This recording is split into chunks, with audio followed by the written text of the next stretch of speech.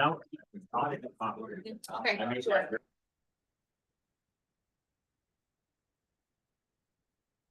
I don't feel it.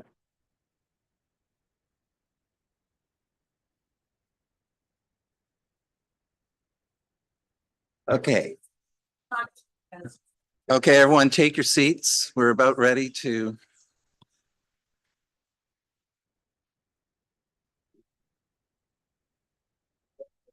Now, where is my?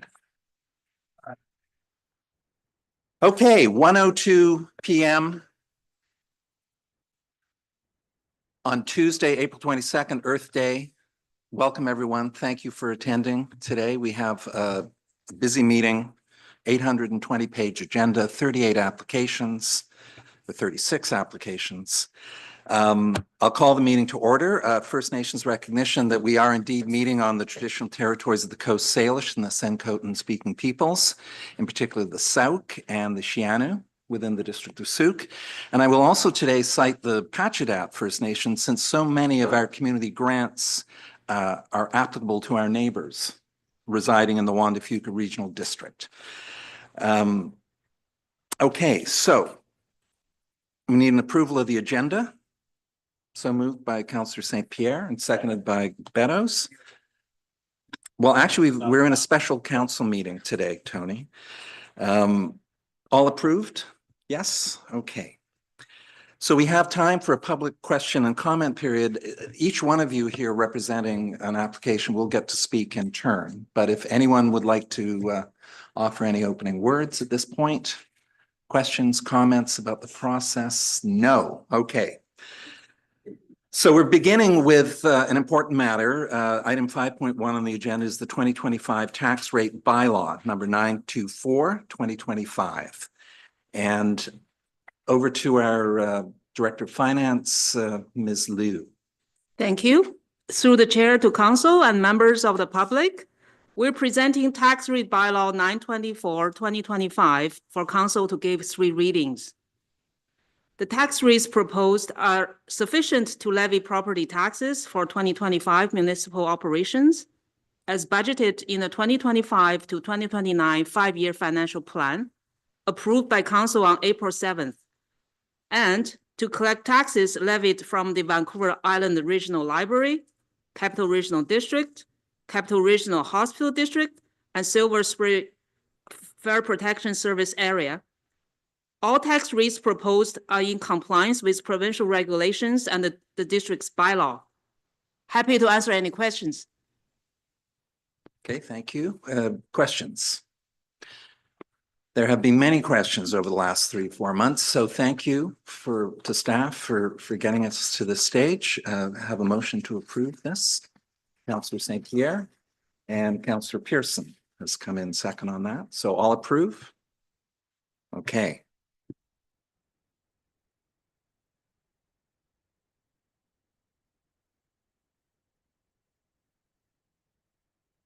I'd like to introduce this today. Sure. Thank you. In accordance with the community charter grant or the community grant and sponsorship policy, applications for the community grant funding are reviewed once per year following the application deadline of March 15th. For 2025, the district has received a total 36 grant applications amounting to $199,286. In 2025, the approved budget, we increased the grant allocation from $65,000 to $100,000 utilizing COVID restart funds. And additionally, council has $60,000 in contingency funds, which could be accessed, and an additional $12,500 in sponsorship budget available to use at your discretion. Keeping with the same format as previous successful community grant meetings, the organizations are here today to present. We've provided a list of the organizations to the chair and those that have confirmed that will have a presentation, and also those that have confirmed they won't. Some groups are here that will not be providing a PowerPoint, but will just be providing a verbal presentation. And if council's ready to make decisions or for a resolution at the end of the meeting, I can be prepared with an Excel spreadsheet and I'll follow through the meeting, updating it if you're making decisions as you go. As well, if you do want to summarize everything at the end, I could have everything from some funding options and proposed funding sources as well from the decisions you make as you go. So with that said, I think I'll turn it over to the community organizations and be available for any questions on the policy or process. Thank you. Okay, so council, there's maybe some questions. Councillor Pearson. Yes, thank you. Through the chair to Deputy Director of Finance. The process is that each person is allotted, is it a time frame that they're allotted? That's correct. We've asked each of the groups to try to stay within 3 minutes for their presentations today. Okay, and then they'll be following the order that we have presented to us? That's correct as well. We sorted the list in alphabetical order by the organization's names, and that's the order we've set up the presentations for today. Okay, I hear some grumbling, which is understandable. You know, well, welcome. You're here. We're using these 3-minute criteria to move us along, and hopefully we'll get through this with as minimal amount of pain. And thank you for your patience and forbearing. Now, is that hand up for a question? No, it's not. Okay. Okay. You just never know. Okay, so let's get underway. We have the first Sooke Scouts, but I don't believe a representative is in the audience today. That is correct. Okay. And as Mr. Curry stated at the outset, if you're not in the room today, we have read your applications and we are taking all due consideration of these important asks. Circular Farm and Food Society. I believe we have a Miss Emily Harris with us, potentially.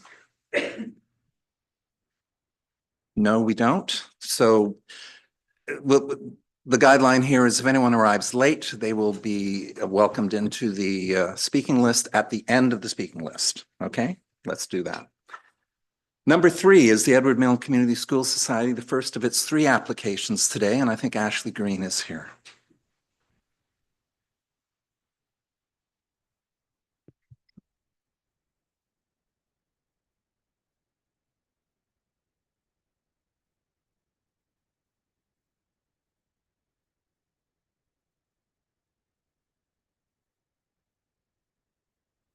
Okay, better? Okay. So the first application, I'm not sure what you guys have in front of you, is for youth engagement. And we have applied in the past this includes the KELP program. Yeah. So each summer we run a youth engagement program. We do offer stuff throughout the year, but this specifically supports the summer programming. We have 4 youth by youth programs. We employ the youth utilizing funding from the Canada Youth Summer Jobs Program. We will have some youth summer camps and drop-in programs, in addition to a rock band camp. The youth employee gets to determine their own projects, so I cannot say what they will do, but I will be encouraging civic engagement projects, hopefully with partnership from some of our other groups like the Sooke Park Society and the Youth Hope Haven, to create meaningful opportunities for other young people in our community to get involved. This year, we also have a mural project that is planned on the exterior of EMCS. It is an eco-activist piece and combination. We're partnering with Diego Narvaez, who you probably are familiar with. We have some funding already for that project. However, things are actually looking to be like almost 75% more expensive since initiation of this project to now, based on current climate. So the funding would go specifically towards purchasing supplies and the panels that we're putting this mural onto. So it uses thermographic paint So as the paint warms in the sun, some of the kelp that is painted on these panels will disappear as it warms, Hmm. much like our kelp forests in the Hmm. ocean will also be disappearing if climate change Hmm. continues. So that was $1,000 towards that and $3,000 towards supporting the youth engagement projects over the summer. So that includes advertising, food, prizes, and occasionally equipment as well. Purchasing of, we have to get tents and tables and things like this, permitting, stuff like that. Hmm. Happy to take any questions you might have about that program. Ashley, questions? I found it a little confusing doing all, we got 3 different applications and then it was just sort of all blurred into one. And it was hard for me to go in to have a look at the rationale behind each one in front of me on the screen. So I don't know, I know what's going on. We'll just carry on, but I just found that pretty frustrating to deal with it that way. Yeah, I will note that there are 3 separate applications for 3 very specific projects. Right. Interestingly, our policy does not include any restrictions on organizations applying multiple times. So that's something we might in future wish to amend. Councillor St. Pierre, Pearson. Pearson. Thank you for your presentation. Do you have a ballpark number of outside of school hours and summer program? How many students participate? Just a ballpark. Oh, ballpark. Okay, so each summer varies a little bit. Throughout the year, we have, I don't even know, 900 participants probably, with our drop-in programs especially. But throughout the summer, I would say we usually get around 300 to 400. Okay. Between camps and programs. Thank you. Yeah. I don't see any funding from School District 62 here. How does that work? For the youth engagement program, I would say it's only in kind in that my wages are covered by SD 62 in addition to the facilities. So that's a pretty major chunk of it, actually. And you do mentor these youth summer coordinators. That's right. And this program's been going on for quite a few years now. Eh? Yeah. Yeah. Yeah, quite a Okay. few years. And yeah, it is a bit of a mentorship program. The kids learn, whoever the youth engagement coordinator is, they have to do a lot of Yeah. project planning. Yeah. Okay, and just to confirm $1,000 for the panels for the Kelp mural project and $3,000 towards the community coordinator. Okay. Correct. Oh, Which one are we dealing with here? we're dealing with Fine. number 3. Number 3, Edward Mill Community School, then there's Edward Mill Community School. And the third one is funding support for purchase of materials for the mural project. Is that the one we're dealing with? That we're dealing with number 3, which includes both the youth coordinator and the mural project, which is under this individual's direction. Well, there's one for 3,500, one for 3,000, and one for Yeah. 4,000. This one So is just the done with the 4,000. 3,500. So this is number 5. This is funding will support purchase of materials for the Kelp mural project, or is this the summer camp, or is this the community kitchen? This is number 3. Community kitchen is number 4, And and not on my list. I got number 3. oh, you're right. Okay, here we are. Oh, well, there's always a little kink in the works, and it's in there. Okay, so we've just dealt with number 5. So let's go to the cultural kitchen, Okay. Ms. Green. Community Cultural Kitchen. We have hosted 12 meals. You may have seen them advertised around the community. We've had approximately 300 participants. And believe it or not, this still leaves us with a very large wait list of people who are wanting to participate. This program seeks to promote healthy local food systems, share cooking skills and knowledge, and promote healthy cooking from scratch, all while building community connections. We had participation from newcomers, elders, farmers, community leaders, and teachers. I went to a couple of them myself. They're really a great way to meet other people in our community. They are hosted by our foods teacher, Patrick Gale at EMCS. In addition, this year we are looking to add Catherine Strongwind has offered, she had one solstice dinner this year, and she'd like to partner with us to offer solstice and equinox dinners that would reflect on Indigenous culture and honor the change in the seasons. These are not limited to participation, so they would host substantially more people, which we have the capacity to do in the school. So the funding requested from the District of Sooke could support approximately 4 meals, I would say. And we've also applied for funding from Victoria Foundation that would see us through another full year of community cultural kitchen. So we're hoping that we could get started again this spring, offer the summer solstice meal, and then continue it again September for another full school year.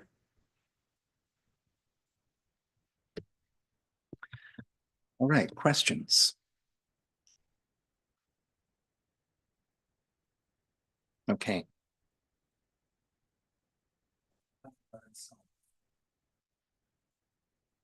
Okay, Play and Learn Summer Camp is in its 15th year.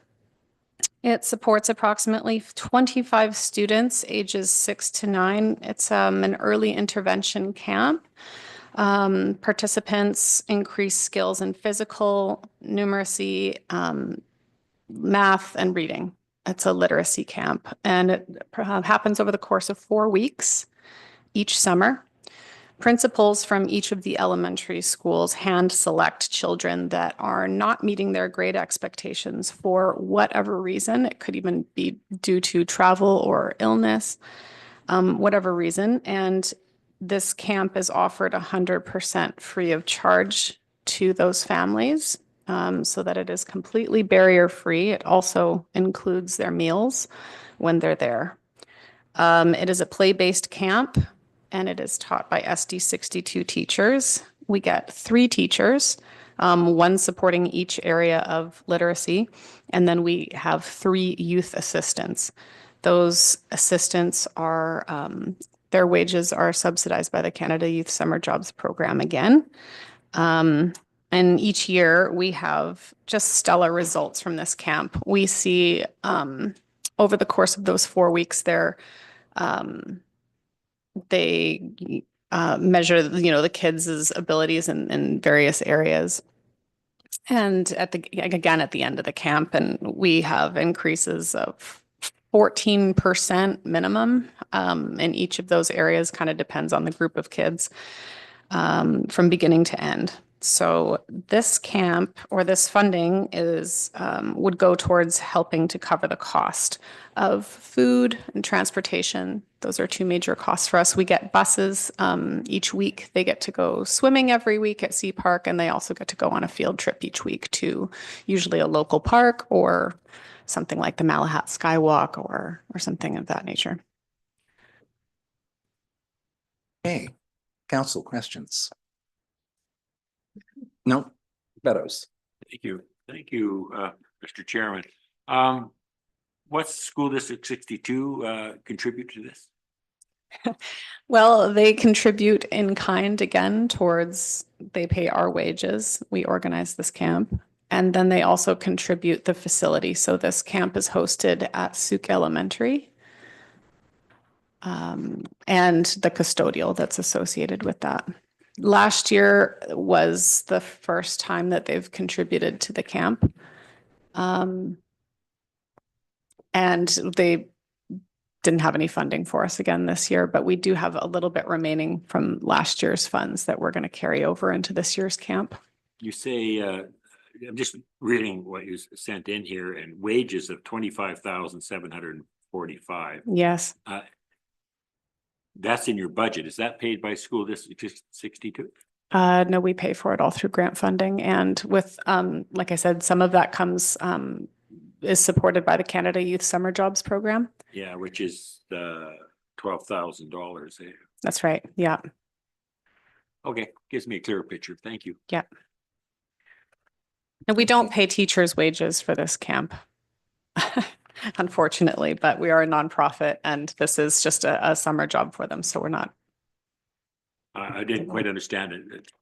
This, the 25,000, that is teachers, that's the wage to the teachers, is that correct? That's right. That's Yeah, three okay. teachers for the 4 Thank you. weeks. Yes. Yeah, thank you. Uh-oh. What's going on here? Thank you, Ms. Green. I know you and your co-coordinator, Ann Bell, do immense amount of work on grant funding for these projects. I see you've got the Rotary Club, Sooke Lions, Sooke Harborside Lions, Government of Canada. Yes, it is You- pieced together from many small grants. Yes. Okay. Thank you Yeah. very much. for Yeah, being here. thank you.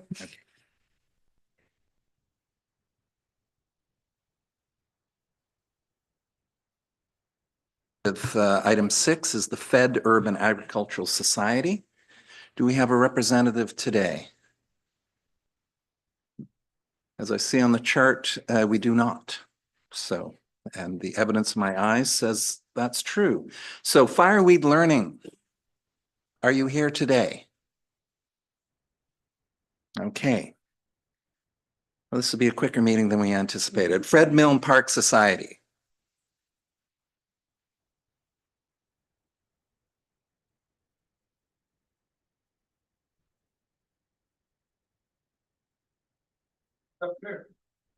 Please introduce yourself and we'll get.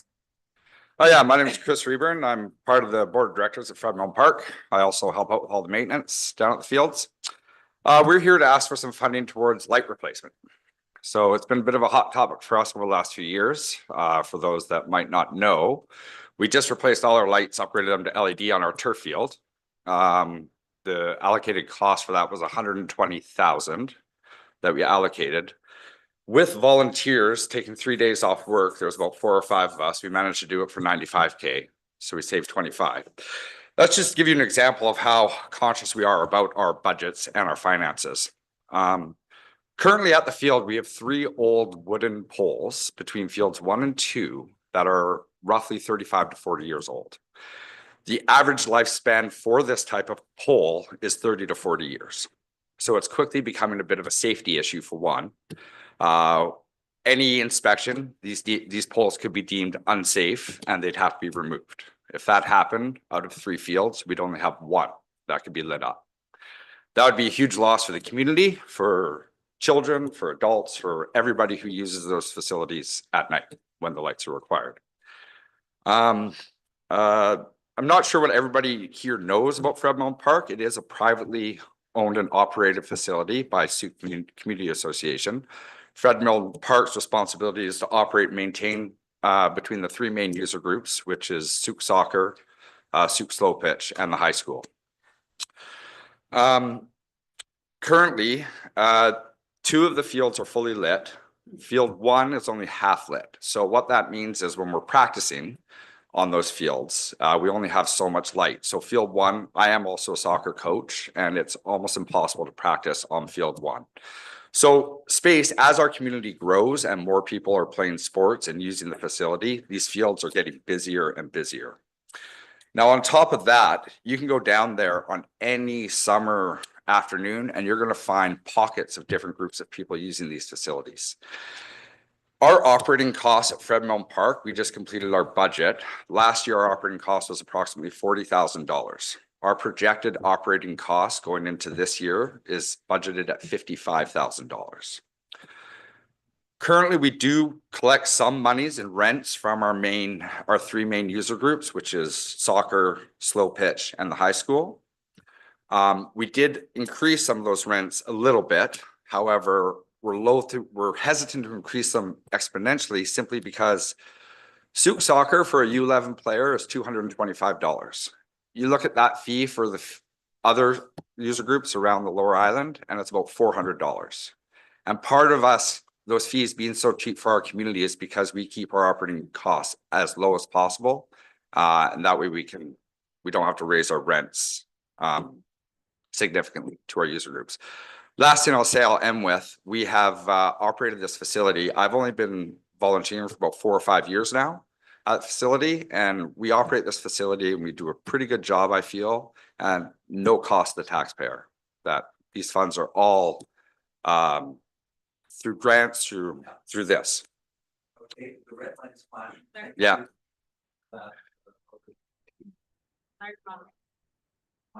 Is on. Okay, so over to council for questions. Beto's up first, then Pearson. Yeah, I just want to thank you, first of all, for the community, and you're providing a service basically free of charge to Yeah. us, which we like. No problem. But I'm also pleased to see somebody in your age bracket there down there doing all the work, because I've seen over the years, it's been a lot of gray hairs down there. Nice to see a younger person. So I just Thank wanted you. to make that comment. So thank you. Yeah. Yep, thank you for the presentation, and I echo Councillor Beto's sentiments.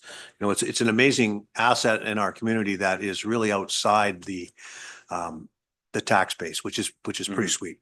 How many, just approximately, how many children are registered in soccer? Last year, if memory serves me, we had about 430, I believe. Yeah. And approximately 100 adults, give or take. Mhm. What about slow pitch?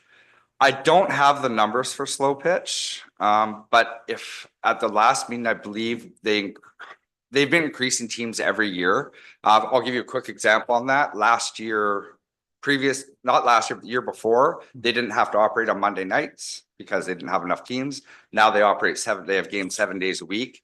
I think it's 22 teams, give or take. And Wow. approximately 20 people a team, probably. Thank you. That's all my questions. Thank you You're very welcome. much. Thanks for the presentation. Thank you. Councillor St. Pierre. Just really quickly, I'd like to thank you as well, just because, wow. One quick question I did have was, I'm under the impression, and I'm hoping this is the case, you don't actually have to pay taxes, district taxes on those properties, do you? I'm not Because I'm hoping not. available to answer that question. No, we don't pay. Okay, so maybe through your worship, I guess, to staff. I hope they're getting an exemption. Yes? I believe we do, I think. Mr. Curry, do you have a? Yeah. Yes, I can confirm the community association, which owns the lands, receives a permissive exemption for the whole property. Okay, good. Just checking on that. Okay. Okay, thank you. You've not mentioned the number of public events that are taking place on these fields. I have it listed. Okay. I was running out of time. So yeah, for example, we've started, Sooke Community Association has started up the All Sooke Day. I hope everybody attended last year, and that will be occurring every year. Canada Day celebrations are now moving to that facility. We also host all sorts of charitable, like those Harper's Heart, I believe it's called. There's a music festival. The Sooke Fall Fair is moving there. There's all sorts of community events. We're pretty much booked every weekend throughout the summer. I was curious, are these events having any impact on the fields themselves? Yes. Okay. So we've had to, while a lot of these events we're not looking to profit from, however, we discovered last year that some of them were costing us money. So we have had to increase our rental fees because we don't want to be losing money. But yes, the maintenance on the fields, from vehicles driving on them, from everything, sometimes a sprinkler head gets cracked and needs repaired. But yes, it does increase our operating costs. All right, I've been advised not to let my curiosity run wild and ask a whole bunch of questions. So I will. I'm just curious around the phasing of this lighting project, because you're 293,000 for both fields. You say the half of that is already. No, so These are on. So that's for field one and 2. two. We've already Not the completed the turf. lights on field Yeah. 3, which is the turf field. Now, we did that one first because it's the only all-weather field, and the lights that we initially put up there, we're no longer able to even replace them. We can't get new parts for them. So we focused on that one first, and we've already taken care of that. It's all done and it looks great. So my question to council and staff is that the community association came to us in January of last year, and we're looking to discuss this matter of the larger scale funding of this project. And I know we struck a working group with Councillor Pearson, McMath, the mayor, to meet with the building association, the community association. Are there any updates on how that work is going? No. No. Thank you very much. Thank you. For this presentation. So I know the Friends of Sooke Park Society are here today. Welcome. PowerPoint too, so. Ugh, it's the first time I've ever given a.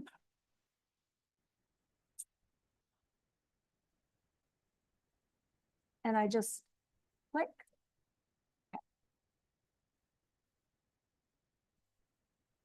Was on. Hello, my name is Helen Ritz and I'm a board member with Friends of Sooke Park Society.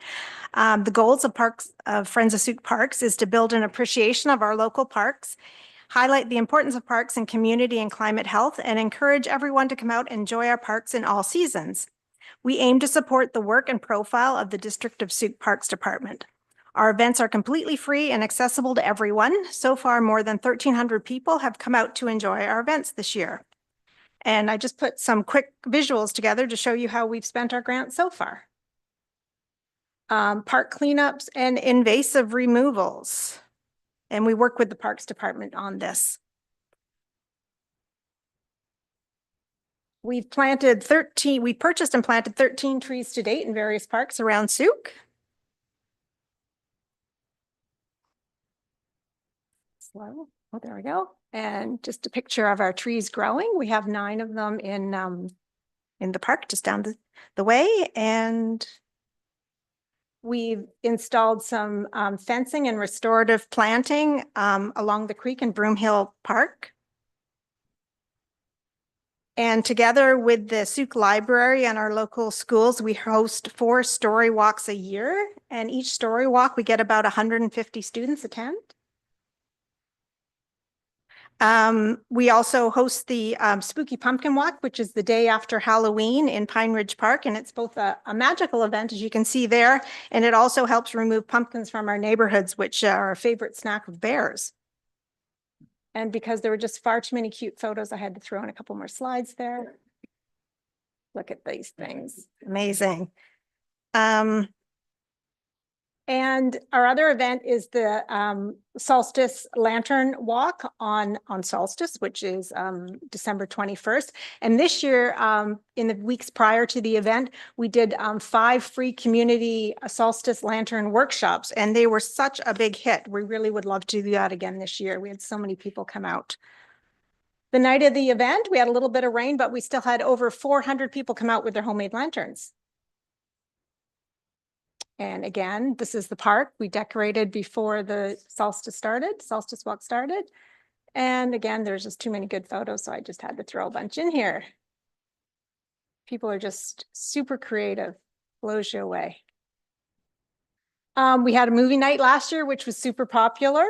We showed E.T. in Millennium Park. Bit slow here. And in case you don't remember, E.T. did fly home at the end. And it was May 10th. It was incredibly warm. We were worried about that. And at the movie, when it ended, we all looked up and said, oh my God, it was the night of the Aurora Borealis. It was phenomenal, like mind-blowingly good. We couldn't have planned that.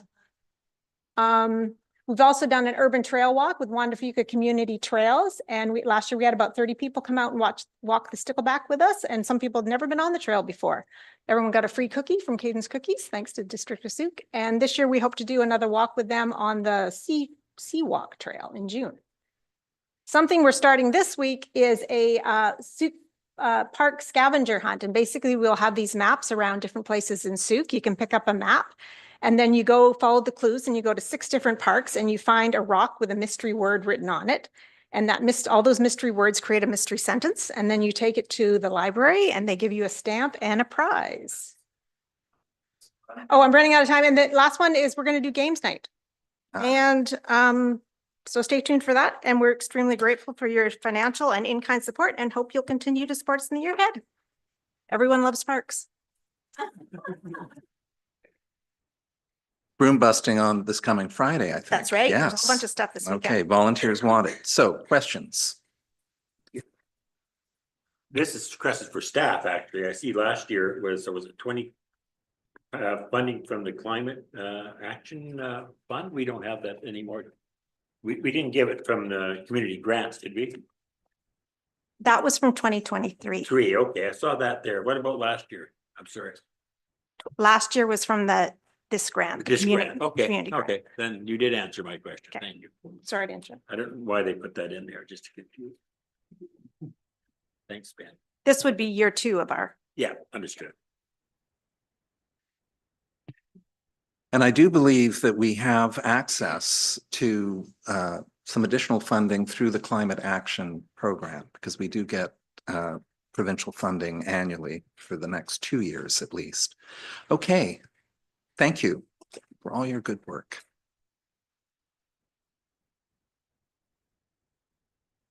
Okay, so we're moving into item 10 on our list, the Juan de Fuca Performing Arts Center Society. Good afternoon. I do not have a PowerPoint, and that's a very hard act to follow. My name's Judith Cullington. I'm president of the Juan de Fuca Performing Arts Centre Society, and I wanted to start with a thank you and a thank you. So first off, thank you for considering our grant application. This is actually the first time we've sought financial assistance from Sooke, although other West Shore municipalities have been supporting us for the past 5 or more years. Also, thank you for your ongoing support for this project. We were very pleased to have former Councillor Lajeunesse as part of our intermunicipal group, and absolutely delighted to have Acting Mayor Councillor Bateman currently on our intermunicipal committee. So that's really a kind of a thriving concern. Very briefly, for those of you who aren't familiar with us, we are a registered charity. We have been since 2017. We are an entirely volunteer-run organization, and our mandate is quite simple. We're trying to build a community-oriented, and I stress community-oriented, arts and culture centre in the West Shore. We deliberately call ourselves the Juan de Fuca Performing Arts Centre Society when we said our name, because geographically we are very inclusive of Sooke and all the way out to Port Renfrew. We realise that an arts centre that's perhaps in the kind of Colwood-Langford area isn't sort of quite in Sooke, but it's still a lot closer than travelling all the way downtown or out to Sydney. And we've had a lot of interest from Sooke residents in this project. And we know that there's a very active art scene in Sooke, and I think you've seen some examples already. So our grant request relates to a very exciting workshop that we're hosting this weekend in View Royal. So we completed a feasibility study back in 2022. And out of that, we said, we think we're looking for a mid-sized theatre, so about 350 seats, black box flex spaces, spaces for teaching music, for drama, for dance, for art, fine arts, pottery, gallery space, recording studio, cafe, office, storage space. So a kind of a good mix of users and audiences. What we're doing on Saturday is bringing together arts groups from right across the capital region and asking them to provide input into those proposed spaces to make sure that what we're proposing really does meet the community needs. So it's proving very popular. We estimated that we would have about 50 or 60 people. Well, we have 80 people registered, so we have to kind of stretch our budget a little bit to kind of make that work. We do have several reps from Sooke, including Sooke Arts Council, Sooke Harbour Players, and some of your local artists there. We have a fabulous keynote speaker for the morning. We have afternoon sessions that are being led by our architects, and they're working us through, what do the proposed building spaces look like? What does the proposed design look like? Following that, they will provide glorious renderings of what this could look like, and we can use this as a kind of a fundraising piece, and I'm watching my time run out. Your support for this event is super critical, much appreciated. Our costs have increased a little bit since we put this together because it's proving so popular. Every contribution counts. Thank you. Thank you. Council, questions? No questions? Tell me a little bit about your grant applications to Colwood, the Royal Langford for this year. Okay. event. So we put in grant and aid applications to all 6 municipalities, in addition to the Victoria Foundation, in addition to funding that we're receiving through some private donations as well. For Sooke, View Royal, Colwood, we asked each of them for $2,000. Langford, we asked for $3,000. Unfortunately, we only got 1,500. We have confirmed funding of 200 from Highlands, and we have a request in for 300 from Machosen. Fair and Um, square. Thank you. Yeah. Okay. Thank you.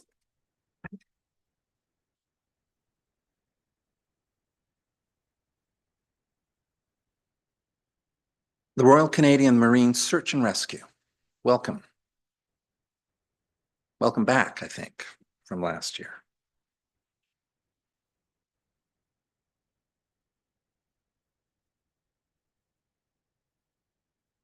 Sorry. Thank you. My name is Jen Hawkins and I work at headquarters of Royal Canadian Marine Search and Rescue in East Sooke. We've got 9 staff members there and a training center with student accommodation. I'm going to give a little bit of background about what we do and then switch into the funding request, which is a little bit different than what we do. So our mission is saving lives on the water, and we do that with more than 950 amazing volunteers who operate 30 search and rescue stations up and down the coast and 1 in the Shuswap. 5 of those stations are in the CRD, and we've got 1 in Sooke down at Government Dock. Our volunteer crews are on call 24/7, and we respond to about a quarter of all marine emergencies on the coast. We also support ground search teams and emergency responders because we can get to folks faster by water than they can over ground. And we also ferry first responders and their equipment to and from remote areas. We also help protect the environment. We report on fuel leaks, derelict boats, and other hazards. And our volunteers provide boating safety information at marinas and community events and manage more than 110 kids' life jacket loaner stations. We're also committed to keeping our own community safe, which is why I'm here to talk about something very different, emergency preparedness in East Sooke. A few years ago, during a discussion about what would happen if there was an emergency that isolated staff and any students we had at the training center, we decided to take matters into our own hands. And that was before my time, but the conversation grew to include, what about the residents of East Sooke as well? So with 24 acres of waterfront property, we felt our site was ideal for use as a community resort. And with 2 years of support from the District of Sooke, BC Hydro, some of our own funds, and an employee who's been very generous, we installed a CCAN on our property and have begun stocking it with emergency supplies. The goal is to support up to 200 people for 48 hours after an emergency. And we're asking for your help to complete the project because we think we're almost done. So this grant would allow us to buy additional supplies, 6 flats of water, some family service radios, some tarps, and some folding cots. So recent earthquakes have reminded us how vulnerable we all are, especially those of us in East Sooke. One time last year, a bunch of us were stuck at the office because trees were down across the road on Gillespie and East Sooke Road. So if a major event were to occur, we could be cut off for days. So this grant's not about marine safety, it's about community safety. And your support laid the foundation, and hopefully this year we can finish what we started. Thanks. Thank you very much for your work. Okay, Council. Councillor Pearson and Beddoes. Okay, thank you. Thank you for your presentation and thank you Okay. for the good work that you do. I ask the same question every year. What about our friends in What Wanda about Fuca our electoral friends? area and Machosen? Because you service a large area Yes, on the water. So do they contribute? Because I don't see it in your financial statements. to the emergency service, to this. No, they have not. I mean, typically we focused on East Sooke only because we're likely the ones to be isolated. I mean, if, depending on what happened, if folks from Machosen wanted to come by, and we'd be happy to share everything with them. And my question's kind of going down the road Yeah. of, this is a collaborative approach because you look after the, if you're in an emergency situation, you're going to be in East Sooke manning the, the organization. Yeah. And your area of responsibility extends almost to right to Port Renfrew, right? As far as I understand. As an organization? Yeah, as an As an organization. organization, it does. We're essentially focused on the community of East Sooke where we Yep. are and where our students would potentially be. Yep. And So- yeah, I understand that. Yeah. And I'm not challenging that. I'm Okay. just that there's some bigger participants in your need. That's all. Yes. And you service a lot of people. Yes, I agree. Okay, thank you. Thank you. Counselor Beddoes. Yeah, thank you for your presentation. I'm still a little confused about exactly this container. It's out of your marine portion, if I understand that. Yes, yeah. And you say it services the community of East Sooke. Now, when you say the community of East Sooke, we have a small portion on the very end of the peak. And this is for the sort of, there's no real township over there. How does that work? Because I guess I go back to our criteria and I'll read it out to you. And this is what I have any problems with. I don't have any problems with what you're trying to do. Organizations must be located primarily within the district of Sooke and offer programs, events within the district of Sooke Mhm. to eligible for this grant. And if this is primarily to assist the people of East Sooke, which are not in our tax base. Right. What's the percentage of that? That's I'm just trying to correlate it. I'm not trying to be mean here. That's It's a- just that's that a I have damn good point. criteria.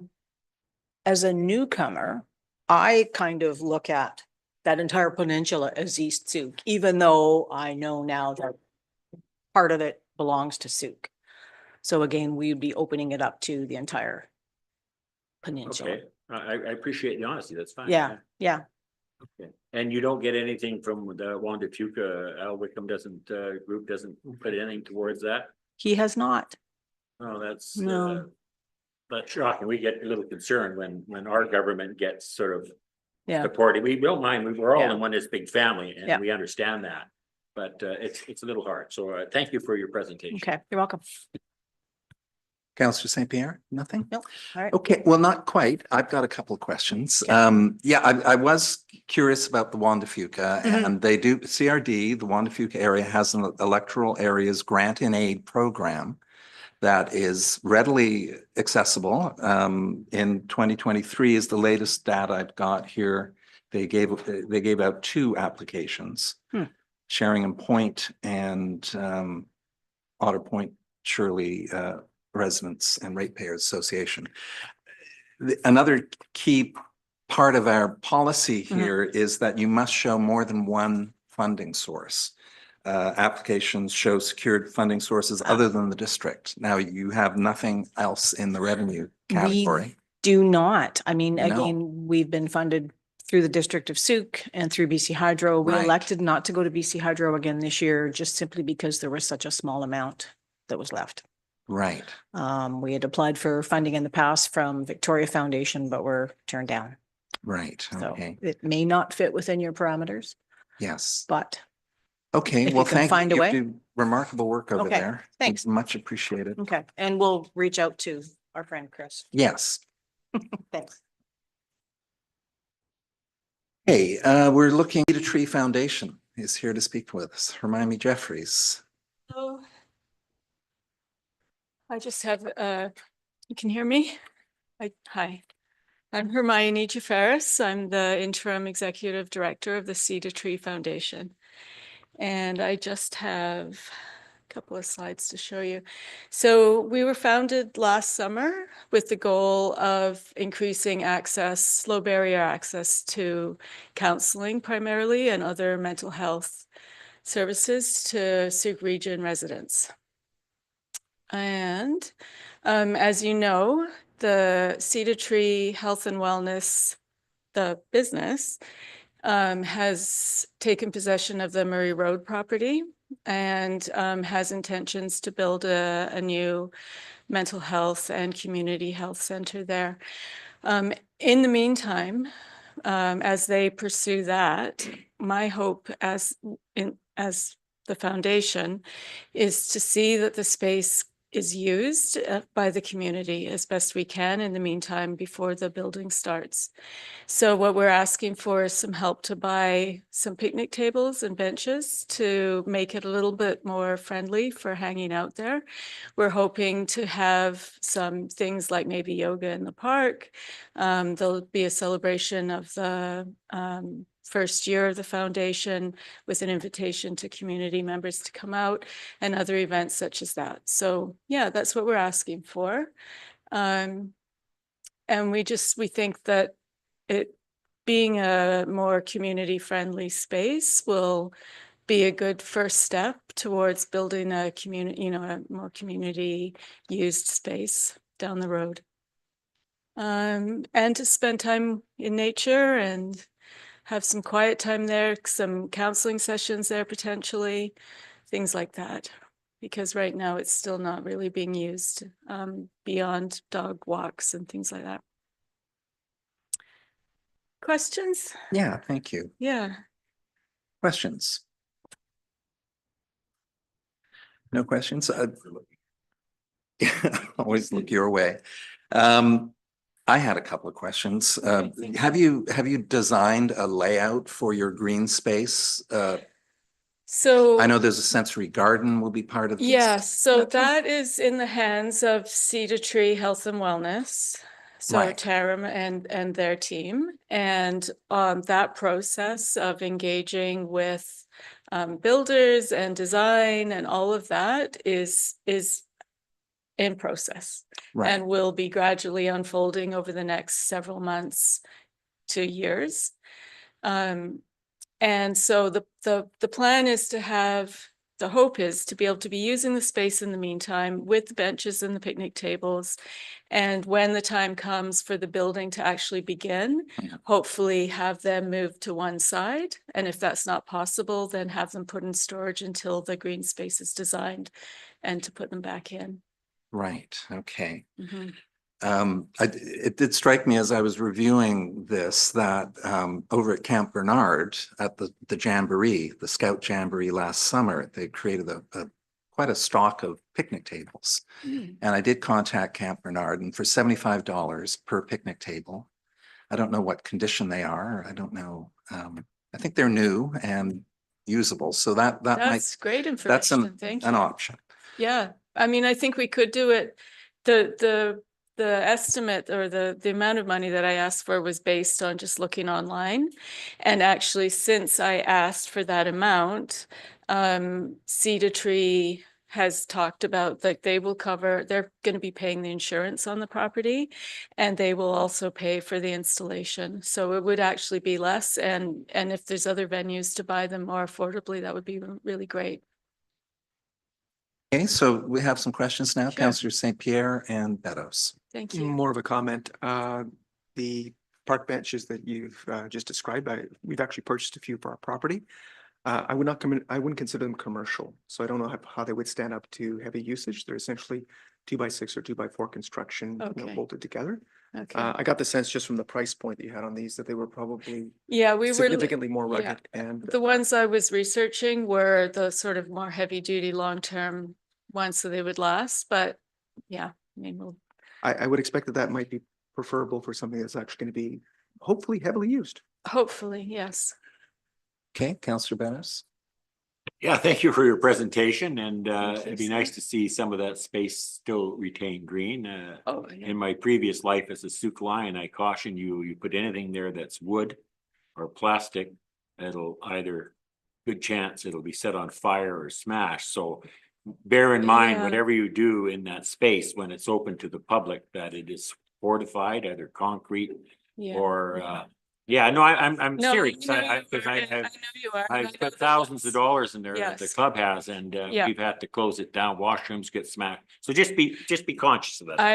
I take that into consideration. Thank you. What my hope is in regard, because I know that the Lions did spend a lot on equipment there over the years. And what my hope is that if we're having events there that engage the community, that get them using the space, that they'll feel, they'll feel more pride over it. Maybe there won't be the vandalism and the damage if it's being used on a more regular basis. Thank you.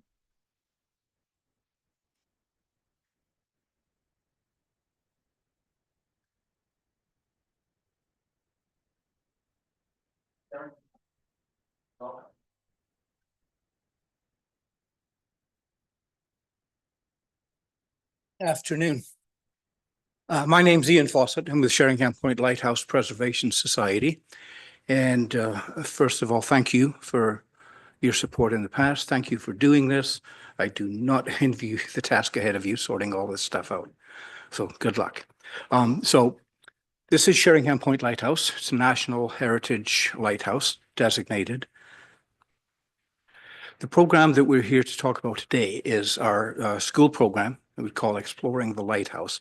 And I think you've all seen it before. I've been here a couple of times, so I'll just whip through it very quickly. What we do with this program is we target grade 4 and 5 classes in Sooke area elementary schools. We also have a couple of grade 3 classes that like to get in on the asking as well. So we've been doing this since 2017. We did it for 3 years, stepped it down for 3 years, and we've increased it over the last 3 years. We started with 4 classes. This year we're up to 14 classes. So it's been growing every year. What we do is we start off in the classroom, we talk to the kids about the history of the lighthouse, their own history, their own heritage, their community heritage, the importance of this in the community. And we talk about conservation and what does it take to look after our heritage like this. And we head out to the lighthouse with 2 classes at a time.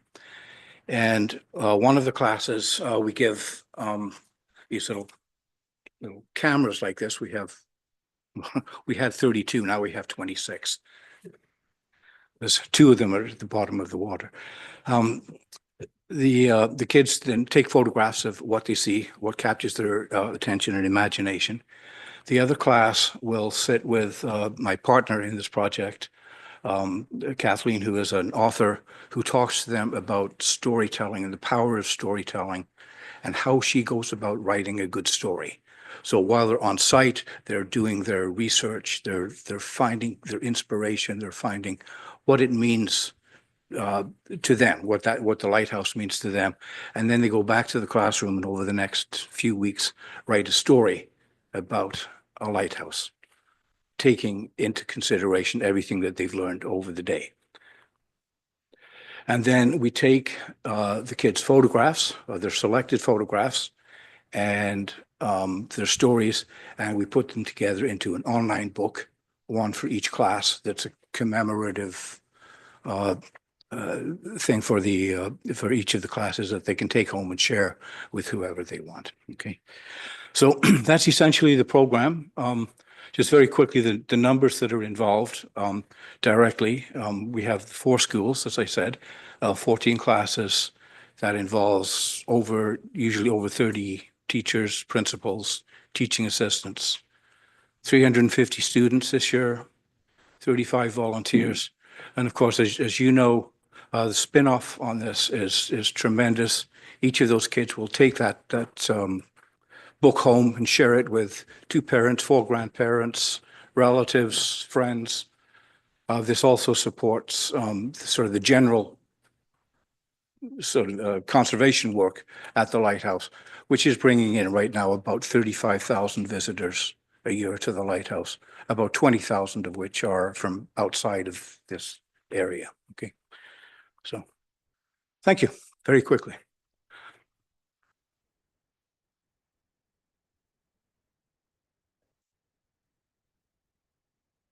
Councillor Beddoes. Yeah, thanks for that presentation. Normally, I would be a little bit concerned about funding something outside of our tax base, but it's our kids that are going out there. Sooke area And I kids, yeah. understand that, yeah. And Yeah. mind you, again, some of those kids live in Juan de Fuca and Otter Point and all that. Have you contacted that agency to see if they can kick in some money for this program? No, we haven't gone there. We have gone to gaming grants. Yeah, oh, yeah. Yeah. So last year we got a little bit from gaming grants that supplemented what we got. I've separated your location from what you do. Yeah. And because Yeah. these kids and I know the spinoff Yeah. for tourism kids talk about it, parents talk Yeah. about it, and it's a wonderful asset for the Yeah. area. So We are talking to Wanda Fuca a lot to Al Wickham. yeah. I no, can't we remember don't his like beating title. on Al. He has tended to give us money for more physical stuff like Okay. fixing the roads, the trails and things like that, rather than the program side of things. Okay. Okay. All right. Thanks for your presentation. Okay, thank you. I think he funded your, the binoculars at the top of Yes, the hill. He yeah, did he that. paid for that. So my question is, the wonderful program, of course, and great work. We can only provide 3 straight years of funding. So next year you're on your own. How are you going to cover and keep this program going? My grant application this year for the gaming grant. What I'm hoping is that, I mean, last year they gave us $2,000. This year I've asked for 7 or so. And I'm hoping that if they can get it up into, sort of in the range of what you guys have been providing for us, that will provide us for next year. And so we'll be able to get a year ahead, because their money doesn't come in until later in the year, right? So it really would fund next year's program, and then I can stay a year ahead of it. Yeah. Okay, thank you. Pretty sure I asked this last year, but I'm gonna ask it again because I forgot the answer. Why is it that the school districts, because I mean, I recall clearly that when we had outings, at least when I was a kid, it seemed like the school had the buses and that we were taken off by it. Why is it that you have to pay for the schools to actually provide the buses for kids to come to you as opposed to the school? When we started this off, we were paying for the school buses. Oh, so For it's not the first 2 years, we paid for the school buses. They were about, at that time, they were about $100 a trip. Okay. So now the school, each of the schools is providing their own buses to get out to the thing. So I've sort of just like factored that in to the overall cost as an in-kind contribution from the school district. Okay, because I saw bus rentals here and I was curious. That's what it is, yes. Okay, but the schools are paying for that part. The schools are paying for that. Ah, Yeah. well, thank goodness for that. Thank you. Okay, thank you. Okay, thank you. I think it's interesting as the Sharing Point is a tourist attraction, and we have just put our application for the municipal regional destination tax into place, and that will bring in revenues of a kind that might in future be able to support attractions such as yours. And because this community grant fund is pretty finite, we're running out of COVID money, and it's interesting. But yeah, okay. We're moving on to minor hockey, I believe. Yes, Sooke District Minor Hockey Association.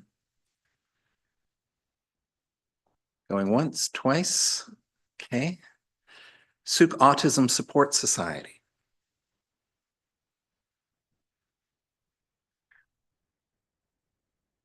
I do have a presentation. Thank you. Hit the button to start. No, we're good. We're good. Okay.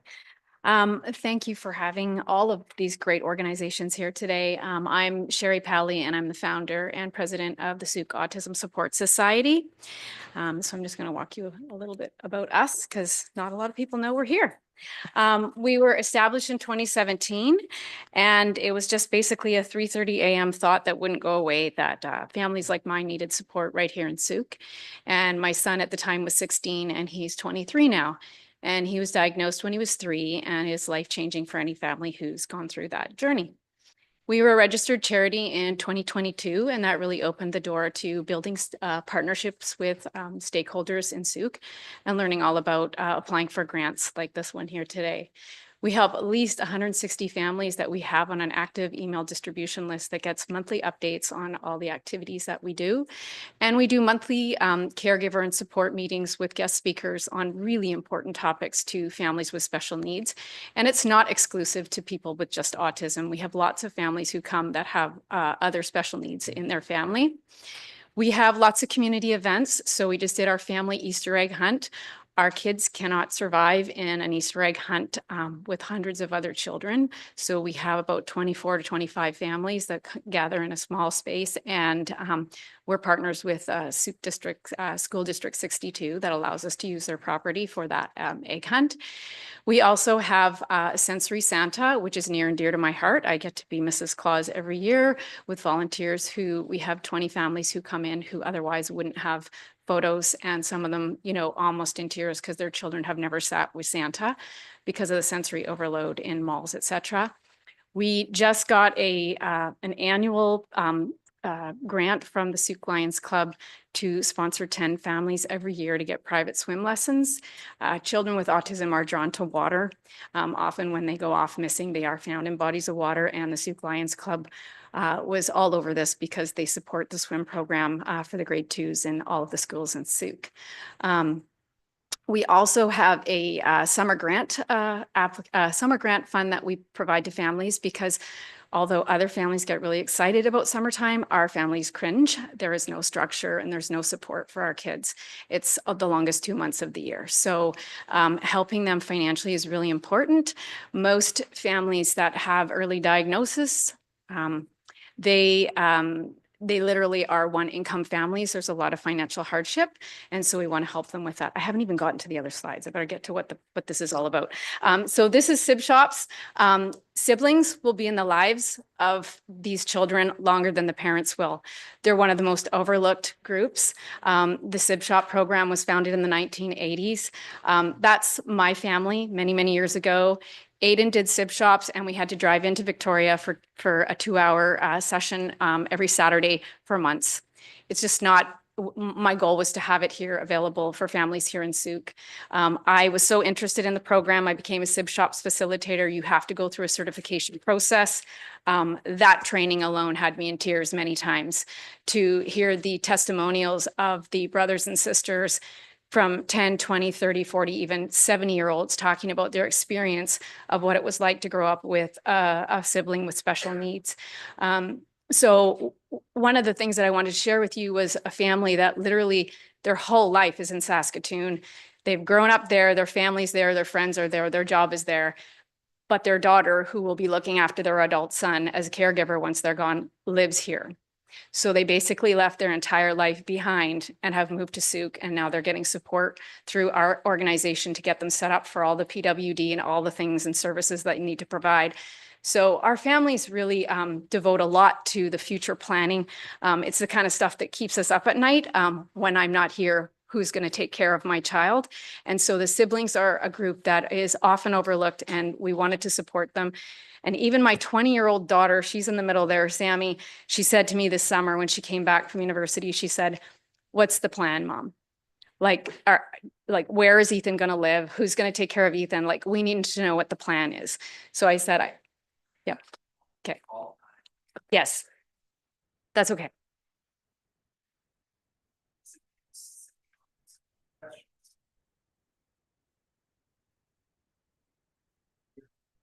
Now, my only concern here is that now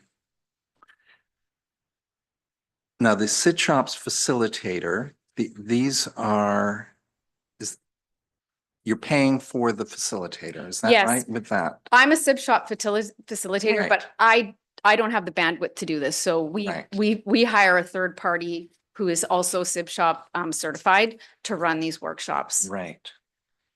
So does that fall in the category of wages? Yeah, Yes, it was the biggest line item on there, item B, yeah. and it was certified SIB shop facilitator, and it's about, I think it's $175 for the planning, delivery, and follow-up of those sessions. So there's a registration process for families as well. So just through to Mr. Curry then, would this facilitator role fall under principle B? Community grants may be awarded for any capital or operational expenses except for travel costs, salaries, and benefits. Yeah, I believe so. I think it's at your discretion. It's your policy, so. Thank you. All right. Good work. Is that everything? Okay, Thank you. thank you.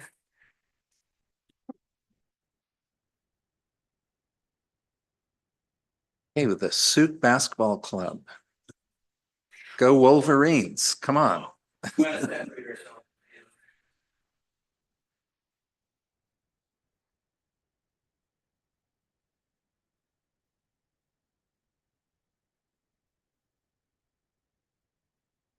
Good afternoon.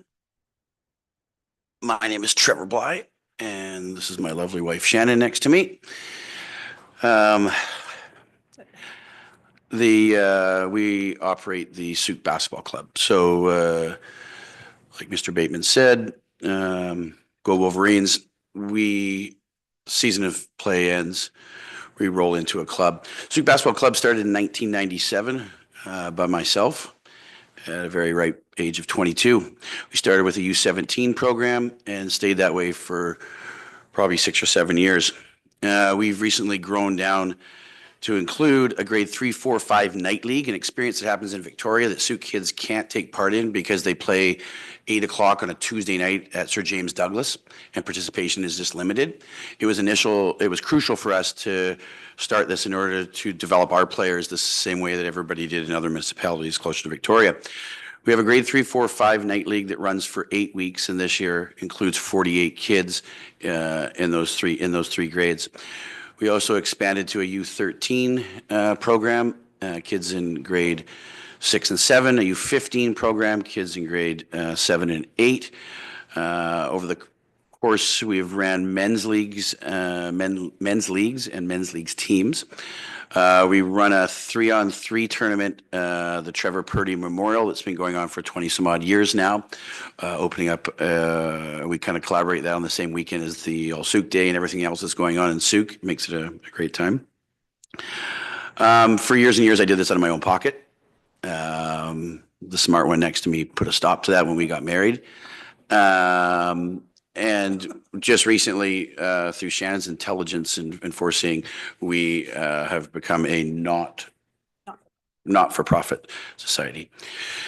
I don't have the energy I did when I was 22 back in 1997, so I can't coach all of these programs.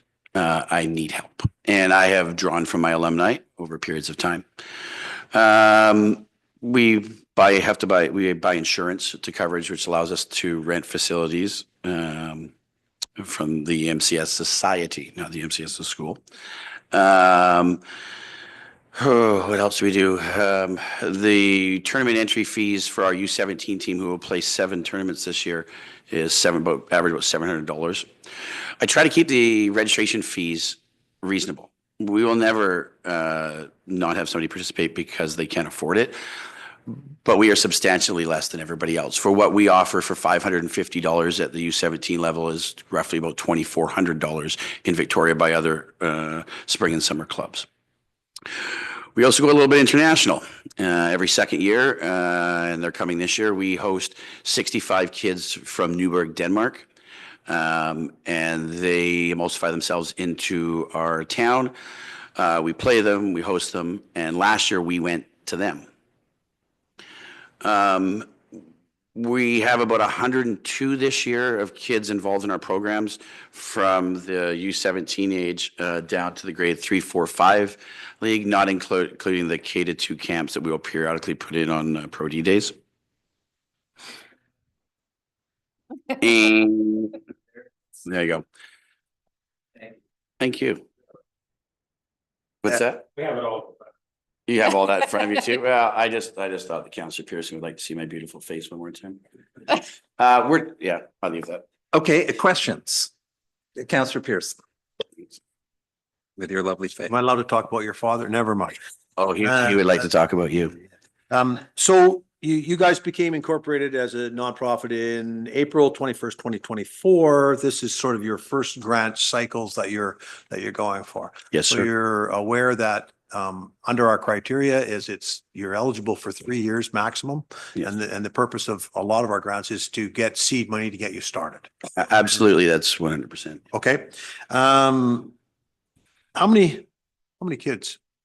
101 kids from the grade 3, 4, 5 league up to U17. Okay, thank you. Part of what we're looking for is, a lot of people just still say, Sooke has a basketball club. And we have for a long time. It's just, we're not really anywhere. We don't have a field. We don't have a gym that you can go to that says Sooke Basketball Club on it. So we do need to get a little more outreach. We need to get some advertising going. We need some banners. We need some tents. We need, so that people understand the merch is really helping, the people wearing their hoodies around. It's very helpful. But we want more kids involved. We have a lot of kids that play 3 sports because now they play basketball. So, yeah, and we want to keep that. Through the chair, thank you for your presentation. Thank you. Councillor Beddoes? Yeah, not so much a question, but I'm just involved in a review for Sea Park. I'm on that committee. And surprisingly, the youth that came back stressed very heavily that they wanted more opportunities for basketball. And us to look at some facilities that they can have sort of out of school type basketball. And it was quite a strong lobby. We have a youth member on Sea Park Commission. And we asked her to go to the school and come back with things that the kids want, because that's what we do. And that was number 1 on their list. Just so I wish they had gone forth with the building in the gymnasium at Sea Park instead of the environmental standards you had to make eat up that money. But yeah, absolutely. We want to keep the costs down for these kids. 3 years, then we're going to be kind of on our own or without that. I'm hoping that at that point, other taxations aren't so high that it would affect parents from paying things. Uh-oh. Okay, no, that's good. That's a fair comment. So I had a quick question. You last year, your budget was 23,000, I think, if I'm correct. So now you're doubling up here. So this is an ambitious first year, not a first year, but it's the push. And is it aligned with the success of the high school teams this year, community school teams? The high school teams are successful because of this club and what they've done. Yes, it's added tons of excitement. Our 48 kids that were in the grade 3, 4, 5 league this year, 70% of them are girls. Last year we had 35 kids with 5 girls. That excites me. My daughter's in that age group too. Thank you very much, Coach and Mrs. Coach.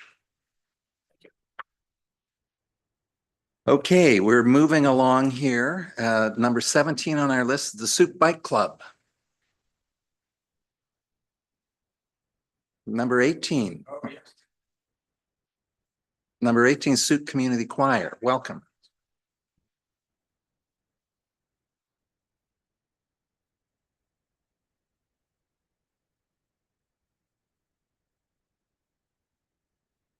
Hello there. My name is Darlene Proudfoot. I'm representing the Sooke Community Choir.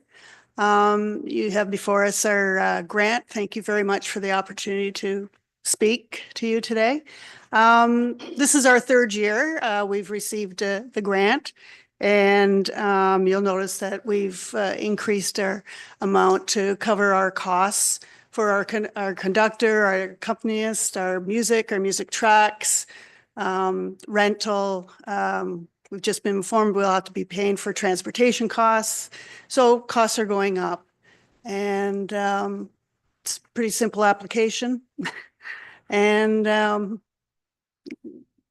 we're adding to our repertoire the youth choirs, and actually we're starting to introduce more youth singers in our programs, and we practice in Sooke, we sing in Sooke, we hire in Sooke. We are definitely a Sooke choir. So be happy to entertain any questions you may have. An institution, I dare say. Yes. How many years Sooke Community Choir now? Oh, Nikki, you know? not too sure how many years, but it's been around for a while. Okay.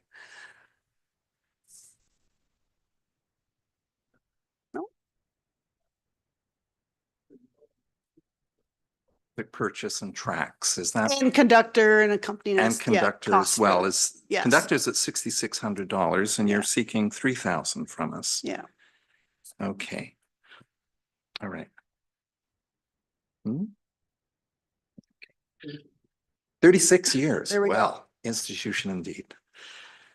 And this program has supported the choir for many years now. And I know Yes. you take your 3-year Yes, hiatus, and that'll be next year for Yes. you. Okay. yes. All right. Councillor Beddoes. How do you manage in the 1 year you didn't get it from us? Was that the COVID year? Or? Yes, it was. Oh, so that was just a stroke. Not one gonna say a stroke of luck, because it certainly Yeah, it was a worked out. stroke of luck. Yeah, okay. If you could say that, yes. How do you plan to cope when you're not eligible? Hopefully, we'll be able to keep our costs at a minimum. And that's why we asked for additional money. And with the CRD grant, we've asked for additional monies as well to assist and to carry us over for that year. Okay, thank you. Thank you. Yeah, thank you. Just to highlight that, you have asked for a CRD project grant, I believe, and you have funding here from Rotary, BC Gaming. Yeah, that's unconfirmed. Yeah, unconfirmed, but you're Yeah. spreading your net. Thank you. Yes, Okay. yes. Okay, thank you.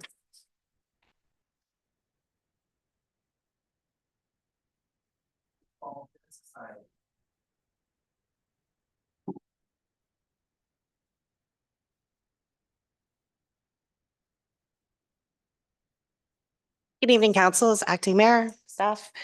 The Sooke Fall Fair is entering its 112th year this year. And as such, during our AGM on the 20th of November, 2024, we have elected to also host a car show with this fair this year. Given that we have elected to run both the car show and the fair concurrently this year, which also meant moving the date and location of the fair. We are fully supported by the Community Association. We are holding it at the Fred Milne Park. And actually after we have offered up gift in kind as well as manual labor to help if there is any damage from the fair and whatnot. So we have been working with other community organizations, not only the Sooke Community Association, we've been working with the Sooke Nation, the Food Bank, the Rotary Club, all three Lions clubs we've been working with, and then community businesses in town. This wasn't an easy decision to make because of the history that the Fall Fair has with the community hall. It was created in 1913. The current building that it's in right now was created for the hall. But given the changing demographics in the community, as well as all the road work and multiple other issues and challenges that we have been facing over the last number of years, again, with the full support of the Community Association, we have elected to move it.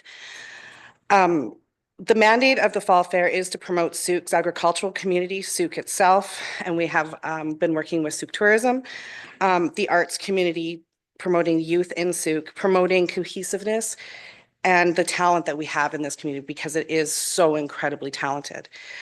And also maintaining the pride in this century-long tradition that Sooke has had. And all of this is done through agritourism. We are asking council to help offset the cost of the large exhibition tent that we are going to be requiring this year. And this is an event of this scale that has never been done in Sooke. So based on what happens this year, will determine how we go forward. So given that, I am ready to answer any questions. Thank you. Questions? Councillor Pearson. Yes, thank you for your presentation and bold move. Bold move. I think that given the constraints of where the community hall is, the parking and things like that, I think it's a bold move, but I think it has interesting promise. So I look forward to the success of the Fall Fair at a new location. I think it's exciting, but I think it's bold. Thank you. It is also allowing us to open up the fair earlier to those with neurodivergent needs. So those with sensory issues, be it a veteran or those with ASD or ADHD, anyway, with neurodiverse needs. So by moving it, we are allowing to add that demographic and working with Sooke for a diversity and inclusion specialist. It's been phenomenal. Right. And through the chair, what's the date of the fall fair? 23rd and 24th of August this year. Okay, so that takes the weather into it now. That's good. So good choices. Thank you for your presentation. Thank you, sir. Okay. Yeah, I'd echo that bold move and a necessary move.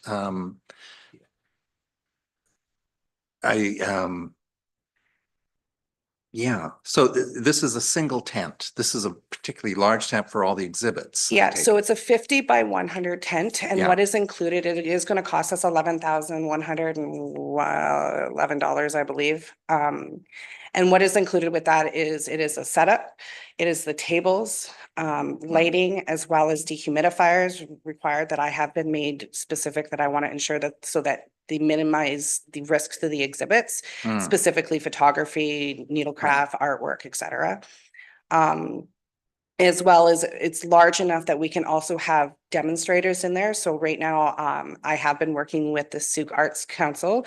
They're looking at coming in to help us with Fun Zone to do arts and crafts with the youth in the Fun Zone this year and of all ages. That's why we called it Fun Zone. As well as doing demonstrations for looming, spinning. If I can get apples, there'll be apple pressing. So it also includes all of that. Yes.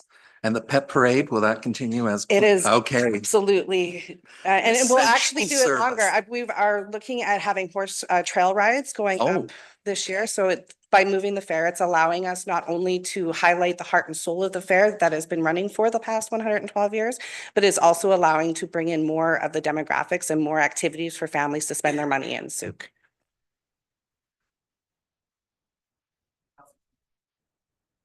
This might be a little bit of a weird one, but I can't help but thinking that okay. the Sooke Fine Arts Show Yes. could learn some lessons maybe. I'm sorry? The Sooke Fine Arts is working out of an arena right now. And of course, we know that that can't last forever because there's just pressures on the facility and so on and Yeah. so forth. But the big tent on Fred Mill, that sounds pretty brilliant in some ways. I should, for transparency purposes, I am the vice president of BC Fairs. So I did talk to Saanich Fair and I did talk to Vancouver Island exhibition as well as Cowichan exhibition. And they do utilize large tents like this. Build on the infrastructure, not so much Cowex because they have the facilities and the infrastructure in place, but Saanich utilizes them as well as VIX utilizes that because they have been losing their infrastructure over the years. So it'll be very interesting to see how it works within Sooke this year. And again, I have asked council for quite a little bit of more than I normally would. But it is a first of its kind in Sooke. So depending on this, you know, it could change the way that the Arts Council, or sorry, the Fine Arts Show proceeds in the future because it's growing so exponentially, which is wonderful. Could change how Music Fest does their stuff too, which we are working with Music Fest as well. It could change a lot of things. So this is a kind of a trial year on how all this is going to go. I think it's a brilliant notion. Win or lose, it's a great thing to try. Thank you for doing it. Thank you, sir. Yeah, thank you. Okay, we're 90 minutes in, so maybe we'll take a 5-minute break at this point, and we'll, there's washrooms in the back here if any of you wish to utilize, and we'll reconvene in 5 minutes.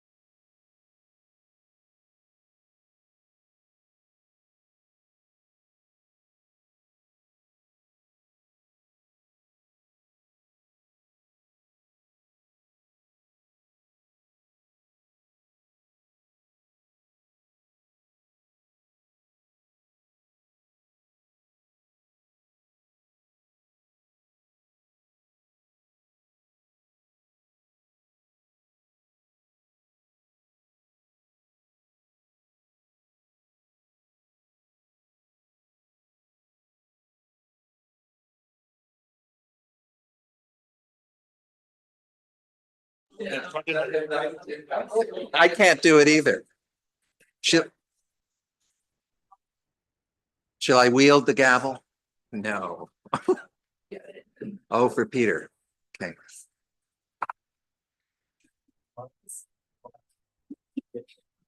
Okay, we're back. Oh, Tony, okay.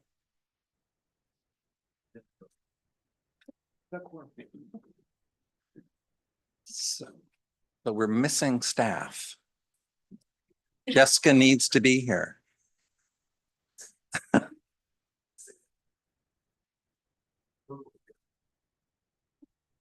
Oh, it's back up. Okay, I think we can possibly carry on. Okay, let's do so. We're now up to the Sooke Festival Society. Peter Johannes. Thank you for hearing us today, all of us. Yeah.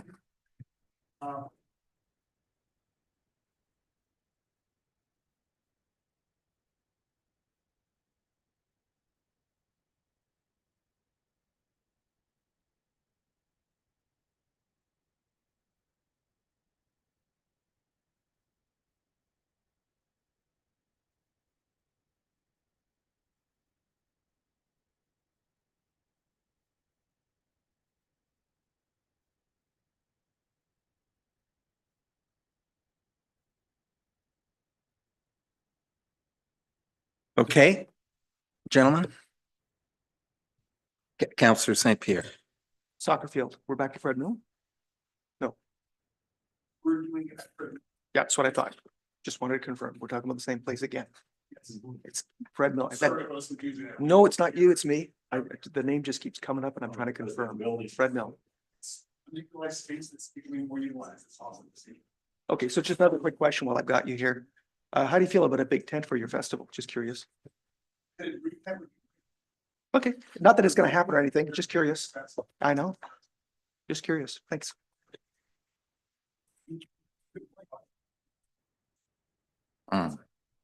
Councillor Pearson. Thank you for your presentation. What's the average attendance over the last couple of years? We think about 2,000. 2,000? It's hard to gauge in the sense of, you know, some people stay for big chunks of time when we don't have an actual gate system or we're checking. Security does go through and gives us a count every hour. Right. Well, and you'll be on the middle field, I think, is that what I'm? This is good to build one, it's just for staging, we don't use the turn hall. Okay, right. So could you use lights there? Bad. Thank you for your presentation. Councillor Beddoes. Yeah, just, it was an interesting thing that Council St. Pierre, you might not have heard it about, talking about the tents, but I would hope maybe your group and the Fall Fair and the Sooke Lions get some dialogue and might be worth our while in the community to buy a tent. And because it sounds like a tremendous, I know they're expensive and I priced them out a few times myself, changes now. But, you know, that might be something that we could look at in the future if we had a large tent. And we need bleachers, we need tents, portable stuff that all groups could use. So maybe in your travels talking to these people, because I'll bring it up personally with the Lions and see if it's something that we could, you know, get a grant for. They get LCIF grants and things like that. Because to me, what I heard today, there's 2 or 3 times where we could use a very large tent for some of our events. So you've helped me in another matter. So thank you. Excellent.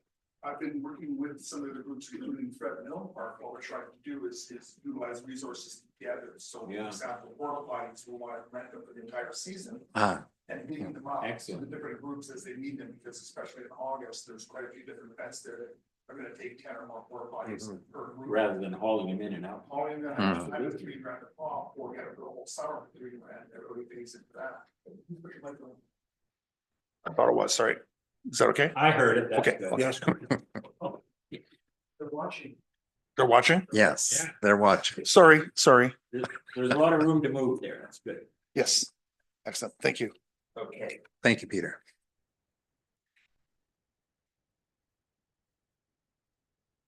Coming up with the Sooke Hospice Society.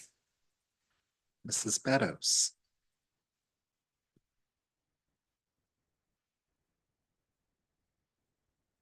Don't forget to turn on your mic.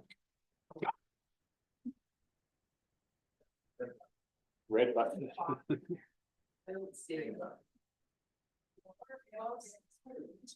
Oh, okay, there we go. Okay. I'm Jane Beddoes. I'm the coordinator for Sooke Hospice. Sooke Hospice has been providing end-of-life support to Sooke residents for over 25 years. We are a nonprofit, volunteer-run organization that offers in-home support to terminally ill clients and their families in an effort to keep them out of the emergency and hospitals. We supply equipment such as commodes, bath chairs, walkers, and wheelchairs. But the most important item is the hospital beds. We deliver those to the home, and we also supply the linens that they need. We are able to deliver very promptly as the items are stored in our office, a small house on Goodmere. We also use the house for our support groups, training, volunteer meetings, and medical assistance in dying. When people don't want to have their loved one die in their home, we offer hospice house for that. Hospice also provides bereavement counseling for families. When I do an initial consultation with a new client, I provide a manual with important phone numbers and information. One phone number is a 24-hour emergency doctor number. And I don't know about any of you, but if something's going sideways, it's going to be 2 a.m. on a Saturday morning, whether it's the birth of a baby or someone that needs critical help. The doctor's there and they'll triage. It's amazing to let people know they are not alone when they're dealing with this situation. We do manuals that I provide with these numbers, and this is a critical aid. And our volunteers do put the manuals together, but the printing of the pages is expensive. Our volunteers are trained over a 3-month period, and they can provide services that you would ask any close family member to provide. They can be company for the client, cook light meals, walk the dog, pick up prescriptions. But most of all, they're there just to listen. The training of these volunteers is expensive. Currently, we are awaiting until 2026 before training new volunteers, as we do not have funding at this time. I currently have 8 volunteers who are with clients at this time, and we receive approximately 50 to 60 new clients every year. Most are within the district of Sooke. We do not have a single project. The patient care is the project. We do get some donations from the public and other service groups, and we do fundraise. And for the first time, we got a very small amount from gaming. But in order to maintain our support of Sooke Hospice, it does require funding. We are respectfully requesting $7,000 to keep this program a vital part of Sooke. Thank you. Thank you, Mrs. Beddoes. Questions from council? Okay, Councillor St. Pierre. This isn't, there's a question in it, I'm sure, but I'm going to mention a few things. The first one is that I know that beds, I know personally that beds do become available because they're only used for a certain period of time, and some people own their own beds. I would suggest maybe putting the word out that if you have the room to store them, there might be beds that could be donated to such a great cause, and I'm sure they are occasionally. Right, but the beds we use are very specific, and we do get some from the Red Cross if they don't want to use them, but we have volunteers that put the beds in, and we train those volunteers, and we have to keep them the same beds so that they know how to do that. We get a lot of offers of beds, and we do go out and look at every one of them, but they're not always the kind that we use. And hospital beds, that's why we try to get in right away to do our consultation and let people know we have beds. Currently, we have 9-10 beds, and as you say, they rotate. So when one comes in, it gets cleaned and sanitized in that, and it's ready to go out again. Yeah, the other thing that I would comment is that the work that you do is actually critically important for families and just for a decent sort of death, I guess is what I should say. Yeah. And I think that is, now I know that's critically important. Having said that, I do not have any understanding why this is not actually thoroughly paid for by basically our health services. Exactly. You're taking strain off hospital rooms. Exactly. Like this $7,000 probably doesn't pay for a room for a day. I mean, I don't know for sure, but this is actually quite absurd. This is not the role of local government. This should be the role of the province. And I'm not saying you should. No, I have contacted No. our MLA on occasion. I understand what you're doing. And I Yeah. agree with what you're doing. Yeah. But I will point out that this is ridiculous. And I think the work you're doing is critical and should be paid for at a different level. It But is, that's- it is an amazing organization. Every doctor in Sooke is involved. And we do work with Island Health, who has 2 hospice rooms at Air Manor, that we work with them also. We are totally an in-home service, and we do get funding from Victoria Foundation. But our volunteers, particularly Ron Kumar, our treasurer, spends a great deal of time trying to get grants and different funding. And I'm really tired of bottle drives. Which is again, no, I mean, all that time spent just trying to scrape up the money to do Mhm. absolutely critical work that if you weren't doing, would cost the system so much more. It would. This is absurd. I know. Thank I you for your agree with work. you. Okay, further questions? Counselor St. Pierre? St. Pearson. Pearson? Hmm. You're getting those. Thank you for your presentation, but more importantly, thank you for the work that you do. Thank you. Firsthand, I had to find out last year how important hospice was in our community, and the little things that you mentioned in your presentation are the big things. Mhm. You know, we can buy beds and we can do all, we can come up with money to do those things, but it's that support that the families need. And you personally made that journey for my in-laws absolutely wonderful. So thank you for the work you do. Thank you.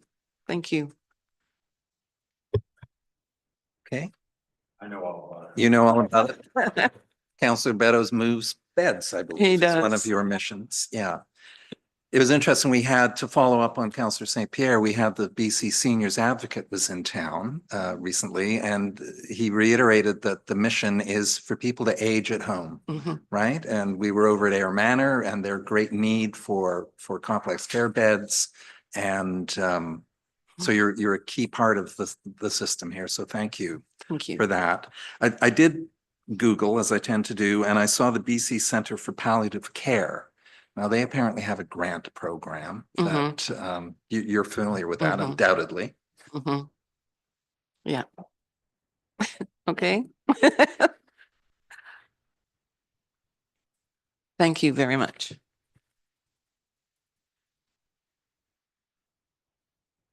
Sooke Meals on Wheels.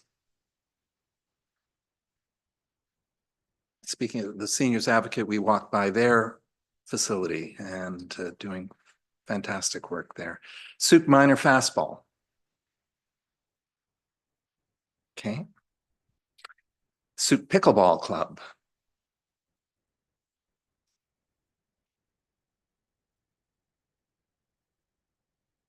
Sooke Radio Society. There we are.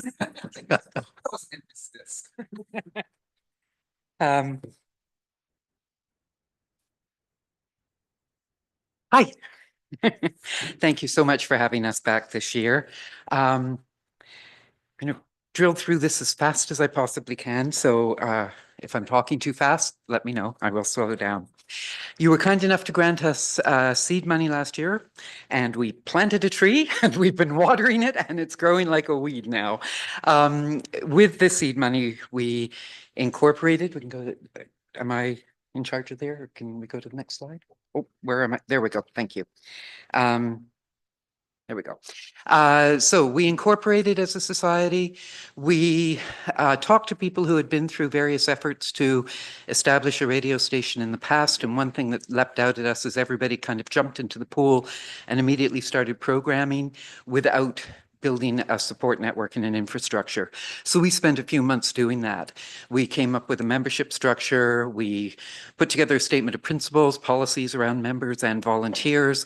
And we say we built the foundation and framed in. the radio station. We also went out, had a community meeting in September. From that, we had a number of people come through with program ideas. Some of them came to fruition, some of them didn't. But by April, we built an online streaming platform, which is tied to our website, and did everything on a shoestring budget, because as much as we were grateful for what we got, when you're talking about equipment and software, it's pretty expensive. So we were able to do that, but that meant some time as trial and error took time. And so on April 6th, we went on air, online, but on air. And we had our launch, and thank you to those who attended on April 13th. There has been so much enthusiasm about this radio station that just from our launch, we now have another 20 volunteers and another 8 program proposals to stream on board. So we're quite thrilled about that. Very quickly, you've got all the paperwork in front of you about what we're asking for and so on. But our primary goal this next year is to build out the programming so we have a full schedule of original Sooke programming, and also to get a space. It has become clear to us that it's very difficult to do this project without a space. Right now, the only program that can go live is one that we do as a sort of afternoon drive program, because everybody has different computer setups. And although the streaming software is the same, it operates differently if you're on a Mac or Windows and desktop or tablet. And so short of going around to everybody's house and setting it up, it's limiting our ability to do that. Training similarly, we've got people come on board who have zero experience, and we've had to bring them up to speed. We're literally going to people's houses to do it. We had 200 classical records donated, which was fantastic. They're right now in my storage locker. We need a space to gather and to do this radio. So that's it. On time. Look at that. I'm in radio. Okay. Thank you. Top of the hour. Yeah. Okay. Questions? Councillor Pearson.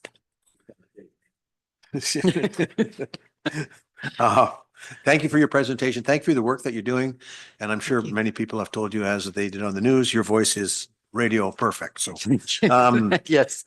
So this being your second year, where do you see yourself in 1 year from now? 1 year from now, we'd like to be in a space. We would like to have at least from 2 o'clock till 10 o'clock at night, 7 days a week, be original programming. We're doing something we call the Sooke Shuffle the rest of the time. I'd be thrilled if the entire program was original programming, but realistically, that's what we could onboard. And lastly, working our way towards building enough money into our budget to afford a station manager. At one point, it's going to become almost impossible for this to be entirely volunteer-led. There are simply technical, legal aspects, licensing aspects, things like that that have to be kept up with. And everybody who gets involved wants to do radio more than they want to do admin, which is fair enough. So we know at one point we're going to have to do that, but that's not something we're looking at until we're pretty sure that the house is built and this is going to be a long-term Sooke endeavor. Thank you. Councillor Beddoes. Yeah, thanks for your presentation. I've sort of had just share that with you. We're recently at the AVICC, which is Association of Vancouver Island Coastal Communities up in Nanaimo, of all the communities up and down the coast. And we had 2 guest speakers from the media, and these were old-time reporters from the Ledge and things like that. And they said that there's something going on today, and we're losing a lot of our local media, and it's being controlled by too much on the IT side of things. And so I see a future for you, because our local little paper is really struggling these days. Canada Post took a lot of their income away when they put the flyers out to contract. So I applaud you. I think there's a future there, and maybe we could in the future have some political commentary on because I think people are hungry for that in an unbiased situation. So I look forward to that. They absolutely are. I've entertained program ideas from people who want to do political programming, but it clearly is kind of rant against the government political programming, Yeah. and it doesn't matter which level of government, Yeah. you're included. No But, doubt. but we've worked with people to say, how do you frame that into the kind of programming that gives people information but allows them to make up their own mind about Exactly. something, ask challenging questions, find out what's going on. We have a program called The Political Animal where somebody is speaking to former municipal politicians about why they got into politics, with the idea being that, I'm sure you've heard it, all politicians are corrupt, but they're not. They're human beings who got into it for a reason. So to explore it from that point of view, we want to be really clear about sticking to journalistic principles when we cover politics. So we're going to do that as we grow, and the people who can do that well come along. But yes, that's definitely on the horizon. Thank you. Councillor St. Pierre. I love what you're doing. Thank First of all, I you. just want to say that. But I was curious, space, what's your perfect space look like? Honestly, it doesn't have to be huge. It needs to be a small recording studio, and these days it's computer. You don't need the great big 40-track board. So an on-live studio, a small recording studio, and then with like just a basic space that can act as an office, place where people can meet. They can come and hang out and talk about music, and we can have a bit of a music library. It doesn't have to be huge, and we can make it work. We're just desperate for a space. I'm afraid of asking this, but can you nail it down in square feet? Oof. So you're talking about, I would say like even 500, 400, 500 square 500 feet. square That's, foot. and that probably would be big. We could make it work. That would be big for us. okay, and what's your perfect location? Somewhere that has 24-hour accessibility and strong Wi-Fi, because we're streaming. That's really important. But beyond that, we'll make it work. Okay, everybody heard that, right? That's Yes, what they're looking and for. please, that was the one thing I wanted to come away from this with. All ideas are, we're talking about putting a container and Yep, making no, a studio out of a container and putting it somewhere. All ideas gratefully received, and we'll chase them down. Just Yeah. trying to nail it down a bit. Pardon me? Just trying to nail it down a bit. I do appreciate that. Okay, so the 7,000 you're seeking from us, would that go directly to the studio rental? Yes, it would. That's the primary thing that we need to do. And we are going to be taking advertising and building that out, but we're not ready technically to manage that yet. So it won't be until about September, but that would be the sustainability of space ultimately when this grant runs out. But we do need this seed grant to make a commitment to space. Yeah. I'm pleased to see in your expense statement there the live music events, because the event at Cafe Vecino. We're going to live broadcast with, At the with soccer Peter, club, or? with the music festival. Oh, We've music got plans festival, to yeah. live broadcast, and we have talked to Cafe Vecino about doing a party on the patio kind of thing this week, weekly over the course of the summer, where we live broadcast from that, as well as, not this year because we can't get it together, but by next year that we can do it from the Sooke Fine Arts Show. You'll have a podcast archive, will you, for, say, The Political Animal, if I could? Yes. So one of the things that space could give us as well is a place to put our servers and manage space, because that's right now they're in somebody's garage, basically, right? It was working out of a house. And so we will need more server space and server storage in order to put those down. It's a challenge to find, look, if you can go and buy off the shelf, it's expensive, but it's all there. Everything is oriented towards a commercial radio station where you have paid employees who have passwords to things and that sort of stuff. For us now, it's a challenge to find something where 20 or 30 broadcasters in the community can access it, but we still maintain security around a software thing. So everything has been a build from the ground up to try and figure out how to make it work. And Peter can attest to the fact that just uploading shows into Dropbox and moving them over has been a challenge, but we're getting there. Okay, and in terms of, back when community radio was first discussed in Sooke, at least a decade ago, there was talk of how it was critical potentially for emergency awareness. So have you been in touch with the district to discuss how, because we all know where to tune in and... It is on my very long to-do list to do, but it is definitely one of our priorities in the next little bit. Yeah. I was frankly ecstatic over the response to us going on air, but it has created a very long to-do list that we're working. We're still the little volunteer corps working our way through it. Okay. Yeah. Thank you. One more question from Councillor St. Pierre. Just a quick comment, that you were going to put down a container one of the places that does containers on a regular basis to basically have programming are the schools. Have you been in touch with the school district in terms of maybe, because it seems to me that if, I have no idea whether or not EMCS would be interested in actually hosting that kind of thing, but offering their students the opportunity to learn about radio programming and so on and so forth seems pretty fun. Absolutely. We have been in contact with Brian Jones, who runs the Makerspace and has been doing a podcast there. But our goals in now that we're up and running and we're getting a sense of what it's taking for us to get going, I have so many ideas. I would love to have the kids do a What I Learned in School Today program that a journalism course. We have we want to do everything tomorrow. So it's, but yes, we want to work hand in glove with the schools. Okay, because it just feels like community radio really does work very well in partnership with an educational institution. The one that seems Absolutely. most obvious would be EMCS. Yeah, absolutely. And I'd be curious. I will follow up with that and follow up with you happily if you are curious. Yeah. I am very curious. Okay, it's on my list. Thank you. Thank you very much.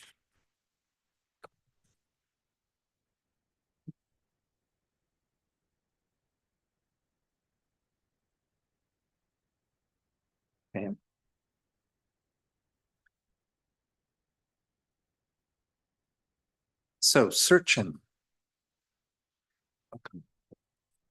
Becca and Anamike.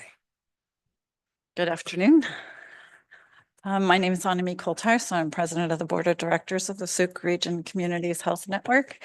And I'm here with Rebecca George, who's one of the co-chairs of the Mental Health Addictions and Substance Use Committee of the board. Thank you very much for having us here. The district funded us in 2019 to put out a mental health and substance use research and report, which we did. COVID kiboshed some of our timelines, but it was eventually released at the end of 2022.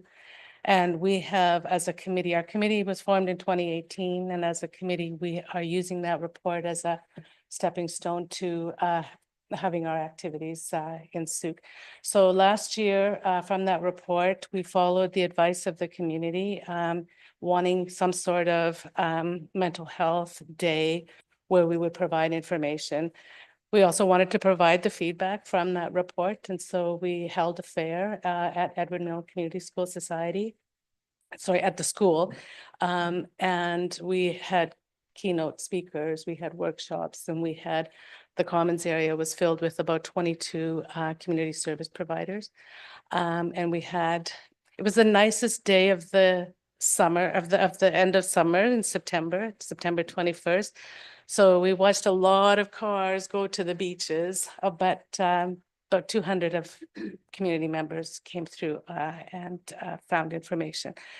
So from the report and from that community mental health fair, our little committee has set out our work for 2025. What we heard was really important. Well, what we heard, we're all very excited about the community health center and urgent primary care center coming to Sooke. Accessing mental health care can be very challenging, navigating that whole system. It's not as referral and access is not as straightforward as regular medical care. And so what we heard very loudly and clearly from service providers in the community was that we really needed the service providers to get together and know who they are, know what they do, what's available, what's not available, and what needs to be here. And so we are asking for funding to be able to provide some very critical information to the community, and to service providers and to the community health center. In a 2-year period, we'll be able to hand over some very critical information that the community health center can use to develop services, particularly around mental health and substance use.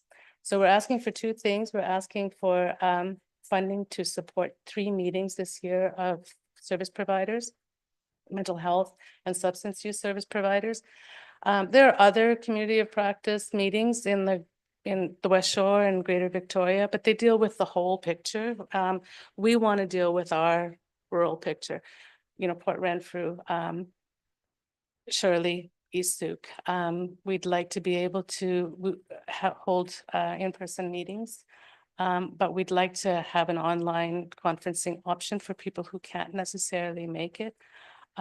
We'd like to be able to go to different locations to be able to host these meetings. We are also, 3-4 months apart from each other. There's a lot of information that goes dead and comes out live. So we want to have a newsletter that we can provide to keep up with the changes that are happening. The second thing that we want to offer is that, second annual mental health fair. Same concept as last year. It's a full day for the community to engage them.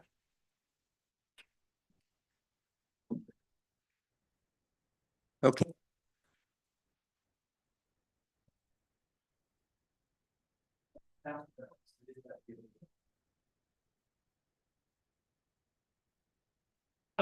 Thank you for your presentation, and I know you do good work. We already have an existing agreement with Sooke Regional Community Health Networks. This is over and above, I understand. First of all, from my perspective, this is a provincial responsibility, and it annoys me once again that we're having to look at possibly, funding this. You said you also deal with Shirley, Port Renfrew. So you're having 3 of these workshops, is it, or?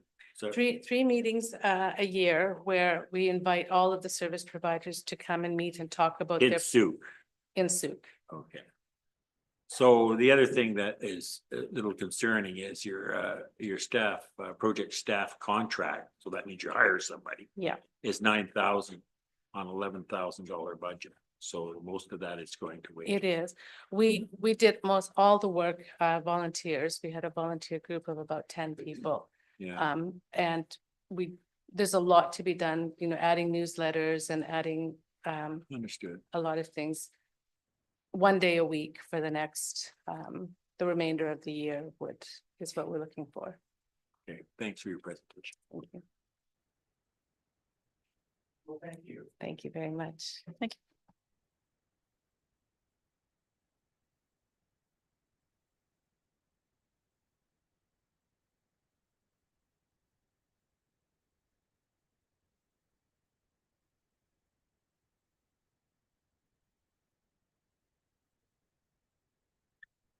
Hello, Ellen Lures.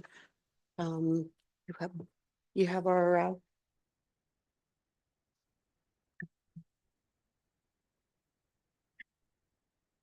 somewhere.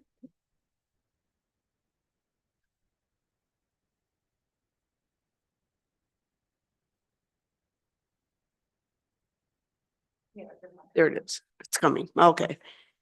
Thank you. So thank you for having us today and considering our application. My name is Ellen Lures, the president of Sooke Region Fuji.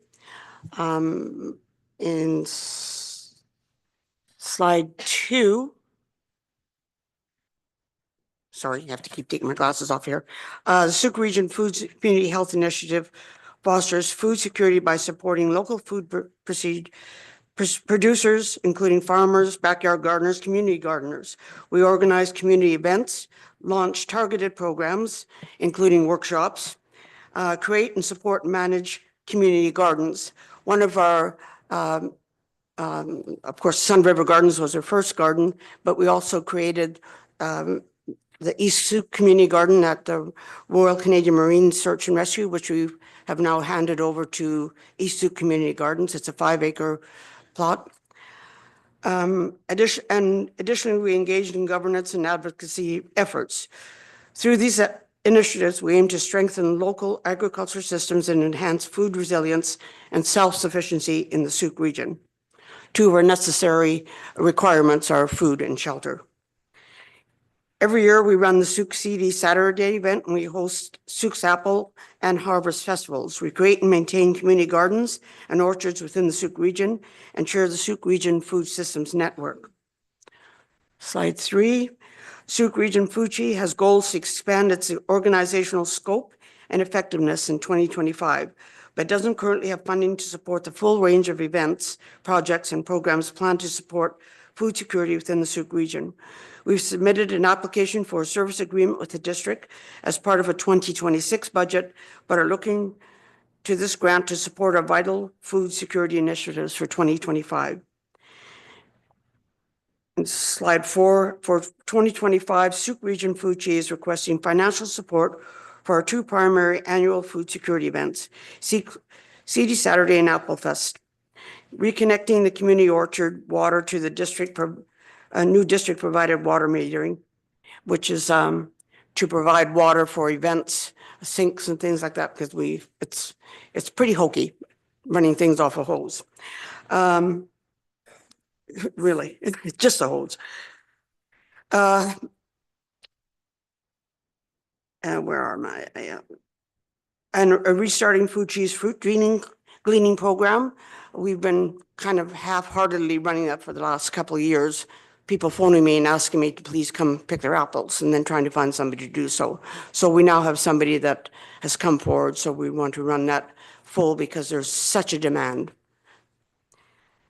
And supporting administrative costs for managing the Sooke Region Food Systems Network, and the 5 working groups in the network is supporting. Just slide 5, the district's financial support through this grant will help Food Chi continue to deliver its vital food security mandate and fund new programs and opportunities for Food Chi to deliver increased community impact in 2025. Thank you for your consideration. Any questions? Thank you for your presentation, as always. You guys have, I think it's a 2008. Food Chi We started? were incorporated in 2008, yes. 2008. Can you speak a little bit to the food bank? What you in the background? How does Food Chi support the food bank? Because I know you do. Well, initially we did through the Sooke Community Garden, Right. Sun River Community Garden, because it was a grow row program. Right. But now that's been taken over by the Sun River Community Garden. It's no longer part of Sooke Food Chi. So they do still do grow row for food bank or for Meals on Wheels. Okay. So you don't, like, the Food Chi does not, or do they still support the food bank directly or indirectly? I guess We've partnered with Sooke Transition, and they've now put a garden in at Sooke Family Resource Center, and there as well, there's people growing for themselves and also for food bank. No other questions. Thank you. Thank you for what you've been doing since 2008. You're welcome. Other questions? Councillor Beddoes. Yeah, just one little item here, membership fees, $100. What do you charge as a membership fee? Membership fees are $5 for lifetime. $5, okay. Yeah. And you expect $100. That was, yeah, no, it's 100. I think it's more than that right now. We have a large That's what membership. you have in your bank. We have over 400 members. Yeah, well, it's a that's big. well, it must be 25 cents. Yeah, a membership right. then. Oh, Okay, you almost. might want to update that. Membership fees $100. Like, hopefully you can get a bit more than $100. Yes, I don't know how that happened. Don't worry. Yeah. So that's a life membership, I think. No, a life membership is $5. Yeah. I mean, initially that's how it was set up. I was there when we set up, and I disagreed with that. Yeah. But anyway, I think So Ellen, $80 Food Chi is going, as with the fall fair and other local, it's going through a bit of a resurgence at the moment, isn't it? Well, yes, and I was with the tents. I just wanted to say, I mean, we've applied for tents because we need smaller tents, but the fall fair had tents as well. I was also with the fall fair for 35 years, so we had tents there as well, and then when we expanded to the animals, we got large tents. But the people that were doing the tents, we had them rent them. They moved out of Sooke because it was because of the road. Okay, but overall, the organization is quite active, busy with some very big active. ambitions. Yes, Yeah. and we find that there's more and more people wanting to be involved and want more gardens. Yeah. More gardens are what we are really after. Right. And more workshops. Okay. Everybody, all the workshops that we held, there was 20 or 40 people waiting to get in as well. These were at the library, were they? Pardon me? Was that the series at the library? They were at the library. Yeah. But yeah. we want to start working, Yeah. using some of the workshops down at the orchard as well. Yeah. Okay, thank Okay. you. Thank you. Any other questions? Nope.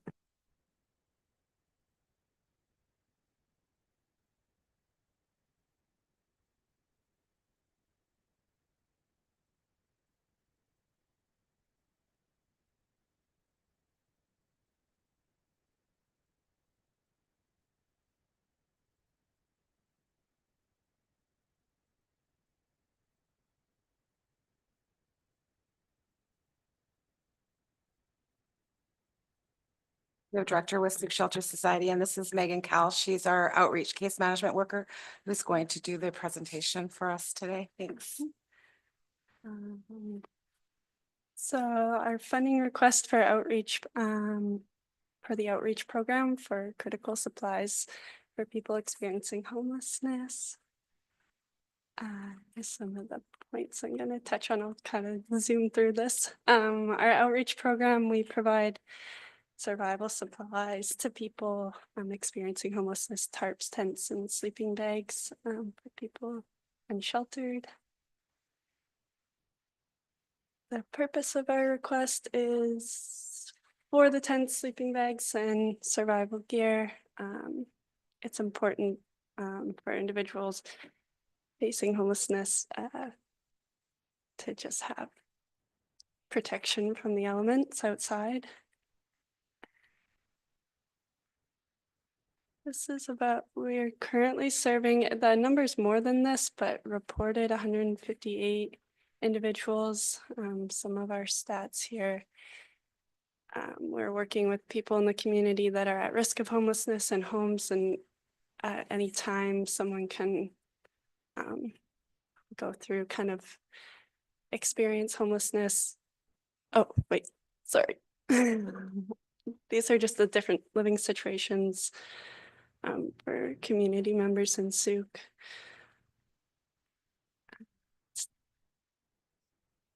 And people will lose their housing just unexpectedly and will end up at the Sooke Shelter Society on our doorstep in need of a tent and something to keep them protected overnight until they can secure housing.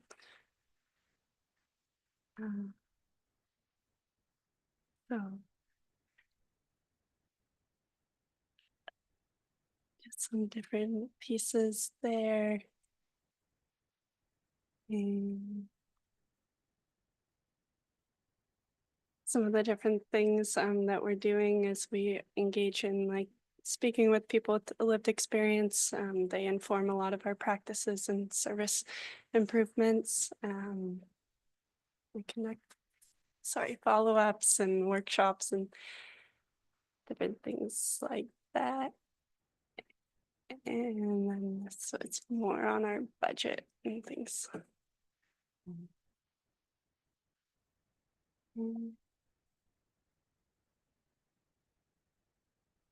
That's all. If there's any questions. Sorry, I'm very nervous. You did good, Megan. Thank you, Megan. So, council. Question, Councillor Pearson. Thank you for your presentation. I had to read fast as you went through it, and I think I kept up fairly well. Thank you for the amount of work that goes on quietly behind the scenes, and it's greatly appreciated in our community. I know there's tremendous support that comes from your organization. I have a question, and it's to do with some of the media that I see. We're looking after our people in Sooke. So that's correct, right? Correct. And I know that there's this label that's sort of been floating around that Victoria is protesting to some of the other communities that people are shipping them down because there's more resources in Victoria. Like homeless people are being given free rides by bus or some other means of transportation to downtown. Is that happening from Sooke? No. No, I didn't think so. No, it just, it bothers me because that label sort of goes out to other communities and other places. So I'll be able to talk to Mayor Alto next time I see her, say that it's not us. Right? So confidently. Thank you. That's all I have. Thank you for your great work. Yeah, thank you. Yeah, I believe that was the district of Saanich were caught doing that practice. Further questions? Thank you for your work always. So this 7,000 would go explicitly to outreach, shelter supplies, tents. Yes. Yes. Yes. Okay. All right. Thank you. Thank you. Thank you for your considerations.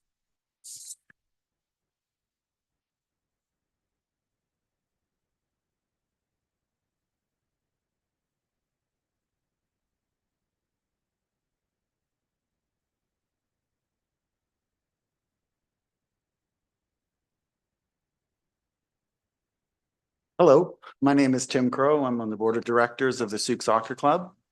First off, I'd like to thank council and council staff. First, I'll just mention last time I was here was at the end of the budgetary year last year, and there was very little left in the pot. I wanted to thank the councillors as a result of a scrum that you held after our meeting. An unnamed councillor was able to call a friend and fill our funding gap from the private side.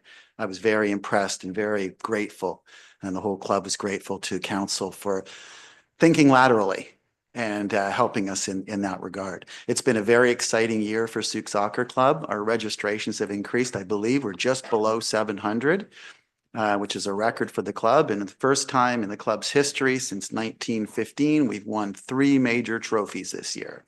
So out of the 6 available trophies in the adult leagues and all the divisional leagues, our little town won half of them. So it's a reflection of the effort that the community, it's an all volunteer run group, the community, the players, the coaches, we punch far above our weight in Sooke. The grant that we're asking for this year is a reflection of our increasing population and our desired need to do more outreach to attract kids and adults into the club. Hospitals and doctors are an important part of the health network. I believe physical education, as represented by the many sporting organizations that are here today, are also important. We need the money because we want to start a formal program of outreach into the schools. We want to buy our tents over the years have all been destroyed. These are not huge tents like the ones that have been talked about previously. These are small portable tents required by the soccering community for rain protection for teams at fields, particularly in our outreach program that we're designing, which we're hoping to implement, or we will implement before the end of this school year. We want to go into the schools with a program, our coaches, our technical development teams, refreshments, flyers, and gift giveaways in order to really make a push to increase the membership and increase participation for kids in the community. As a result of that as well, we need to increase our bursaries in order to prevent financial barriers from preventing kids and families to participating. Last time I was here, it was suggested to me that we also think laterally and go to the private community, to CRD and City of Victoria. We've done all that. We've increased our sponsorship programs. Last year's club rekit was such a success that we were able to offer our small community a full club rekits at no cost to our players. So that allowed families to participate in a much greater way. They paid their registration fees, which in sports on Vancouver Island, our club has the lowest registration fees of all the clubs. That's designed in order to not prevent our kids from being able to play. But not having to pay additionally the $60 that previously was charged for the kits was something that we heard back from parents over and over again. The advertising part of it was a great success. Russ Frawley at Sooke Soil commented to me that maybe every day he gets people coming in talking about Sooke Soccer Club kits, represents our community throughout Vancouver Island and on the mainland in British Columbia. And I wanted to thank you for your consideration. The soccer club is always very grateful to you. I believe you have the outlines and the bones of it. I had like a 3-hour presentation, and then staff told me that we had 3 minutes. You so do. And That's you're my an extra time. time. That's my time. Thank you. That's always when the best goals are scored. Extra time. Okay, thank you, sir. Questions? Counselor Pearson. Yep. Thank you for what you're doing in our community. 700, that's a significant amount. And I'm not sure what percentage that would be of our children, but it would be. It's the largest sporting organization, I believe, north of Victoria, south of Nanaimo. Excellent. So at what point, you talked about enhancing registration. At what point does the threshold of the fields and the membership, where does that kind of collide? So one thing, I think you had Fred Milne here a little bit earlier, and they mentioned the light replacement. An important part of that was of the $95,000 that cost. We paid 65. So that came from registrations and from prudent and careful watch over our finances and resources. We continue to keep a very conservative hold on our finances as we continue to build up those contingency funds. We expect we're a new board this year, so we have formalized a lot of our technical development, a lot of our coaching, and we're going for our T2 license, which will enable us, as per Canada Soccer, to commit to a higher level of soccer competitions. And as we spoke about before, to mitigate the exodus of our most talented players from Sooke. Wanda Fuca and Gorge and Saanich have a habit of trying to poach our very best players. We've been able to stem that this year with our increased success. When you win cups and trophies, people want to stay. So the success breeds the registration. We're expecting and hoping in 2 years for registration to exceed our financial requirements, but the development of these programs requires at ground level investment in order to establish them. So we want to get into the schools. We want to get more kids and more adults, their parents, and more families involved. And I believe that last time I told you we had a connection to in the neighborhood of 7,000 to 8,000 people in Sooke through relatives, families, players, ex-players, players that have aged out. Again, we're very, very grateful for the support of the whole community, not just of council and the district. Well, thank you for that answer. And I got the sense of what I was asking. That's good. I also want to, just a comment, not a question. Thank you for meeting with us at late in the year last year, and then taking some of those ideas and actually running with those. And thank you for people come and ask for things, right? And sometimes council doesn't have that ability to give, but maybe we have suggestions. And I appreciate the fact that you did go out and solicit some support from neighboring communities, et cetera. So thank you very much. Well, I also have to thank the staff. I've been in contact with your staff, Rose, and many other people who have kept us up to date, kept us in line, reminded us of the granting process. So really, it's a team effort, and you have an excellent staff here that supports the great work that you do. Well, I'll echo that. I see applause in the audience. It's worth noting that the district contributed $400,000 to the creation of the turf field as well. So good. Thank you for coming in at a request somewhat less than that amount. So, okay. Any further questions? Thank you. Thank you very much for your time. Thank you.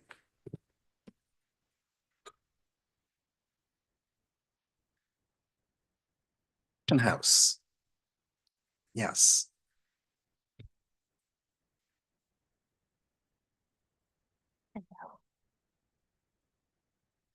All right. So hello, my name is Tegan. I'm a volunteer with the Sooke Transition House Society, and this is Lori, the executive director. And we're here today representing the Sooke Transition House Society, a nonprofit organization that operates entirely on the traditional unceded territories of the Coast Salish people, the Sooke Nation, the Chiatnu, and the Nuchinet-Pacheedaht Nation. We've been in operation on here in Sooke since 1994. With the sole purpose of supporting women and children affected by gender-based violence through programs, services, and education to prevent abuse from happening in the first place.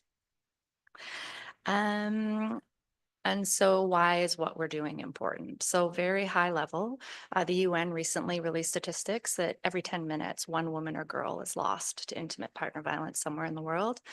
Closer to home, Stats Canada, 1 in 2 women will experience intimate partner violence within their lifetime. And here in Sooke, since the pandemic, we have seen a dramatic increase in our services and our programs and the needs in the local community, and that demand just continues to rise. So what is it that we do at the Sooke Transition House Society to try to stop this in its tracks? The first thing that we have is a 24-hour crisis line. This is available for anyone in the community, including professionals or concerned family or friends who might be looking to support someone experiencing violence. We have free counseling for women and children who can self-refer. We have transition housing, obviously, that's run 24/7 in the community, victim services run in conjunction with the RCMP, as well as outreach and education in our local schools focused on harm reduction. So what? Like, what are we actually doing? We're pretty busy. You don't see us around very much. And that's because in 2023 alone, we helped over 1,000 women and children in the Sooke area through our programs and services. And that's with 15 staff, most working part-time. So why am I standing in front of you today or sitting in front of you? I was expecting I was going to be standing. So the reason we're here and asking for some support is because we are very aware of the fact that when we're speaking about violence and abuse, that Indigenous communities and Indigenous women and children in particular are at far higher risk of not only going missing, but also being murdered. Nonprofits have a role in reconciliation. First, we as an organization need to uncover our truth, unpack our biases. And in order to do that, we're hoping the community grant we could put towards, in conjunction with our funding as well, put towards hiring a local community Indigenous Perspective Society so that all Sooke Transition House staff, volunteers, and board members would go through their education to increase cultural humility and the society's cultural safety, to strengthen the relationships, services, and practice offerings to the local Indigenous communities. Thank you for having us. Okay, any questions? Councillor Beddoes? I'm reading through this. I read it through it at home and I'm not 100% clear. I understand what transition house, believe me, and the lines being bought you a vehicle a number of years back. And so I'm aware of the great work that you do. Yes. I'm just having a few problems with this. Do you get anything from the Sooke Nation? I mean, we're aiming this at Indigenous women, I guess would be what it is. Do they chip anything in for this? So we're not aiming it at Indigenous women. I would say that we're aiming it actually at the non-Indigenous women working within our organization I who wasn't need to quite be sure. So educated. it's educating your staff Non-Indigenous. on how to handle, because it's a different world sometimes. I understand that. Okay, I wasn't quite clear Yeah. exactly what you were doing on that. But, Yeah, and also the roots of violence and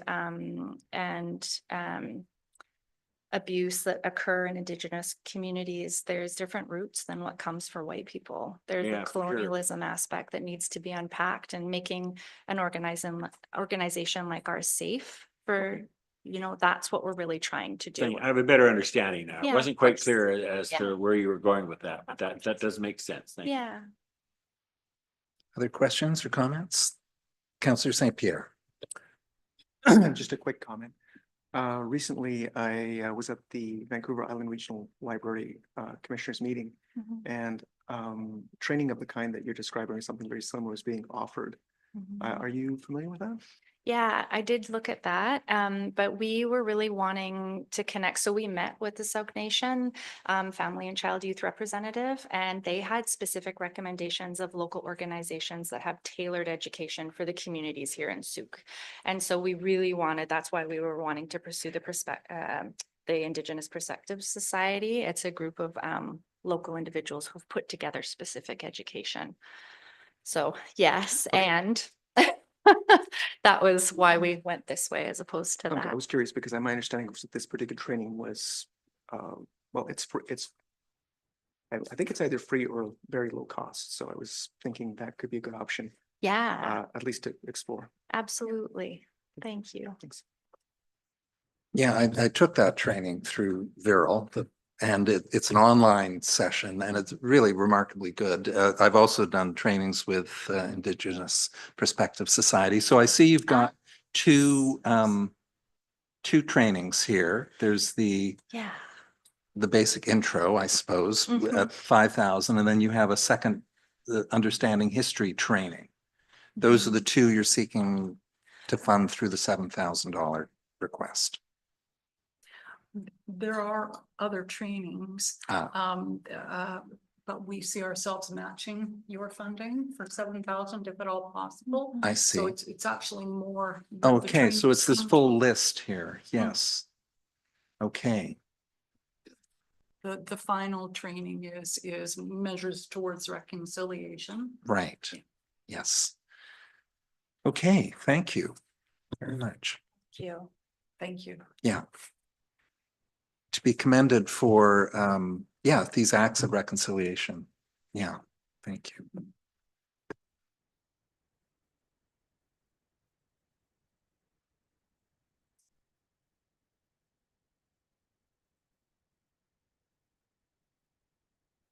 Here from North Saanich, I think.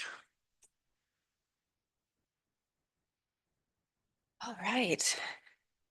Hi, everyone. My name is Katie. I'm here representing the South Island Farmers Institute. Our reach is everywhere from up to North Saanich, out to the West Shore, or we like to call it the South Shore because it makes you guys sound even cooler. So we're a group of food, floral, and fiber producers.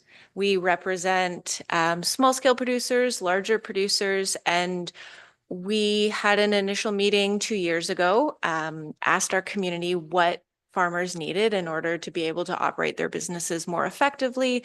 And a lot of what we heard back was peer-on-peer education. And so that's what we've been providing for the last 2 years now. Our goal is to raise the capacity of anybody producing a product here on the South Island.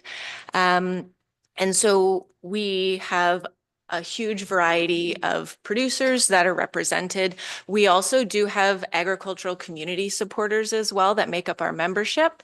And those are people that are focused on food security and getting food essentially once it's left the farm into the mouths of community members as well. So we're really diverse. We're just an absolutely fantastic group of producers. And as Leica mentioned, we focus on farmer education. And so we run a summer series, which is going to be starting in May, which will be out at Brassbill Farm in East Sooke. And that's a lot of field trips, hands-on stuff. And then we operate Winter School, and it's a week-long conference at the Saanich Fairgrounds. And that's where our main conference is. And then we have field days all around the region. And so last year we came as far as Machosen. We had a huge level of Sooke producers come out relative to how many there are in the region.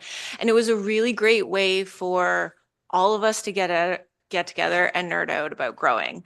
And so because we're not Sooke specifically focused, we're just regionally focused. We want to see everybody do well. So we have support from other municipalities as well. And we also have nonprofits and other community groups that we do projects with as well.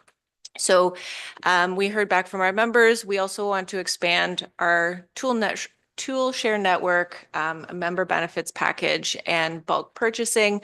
But really what we're looking for is funding for the main conference that we have.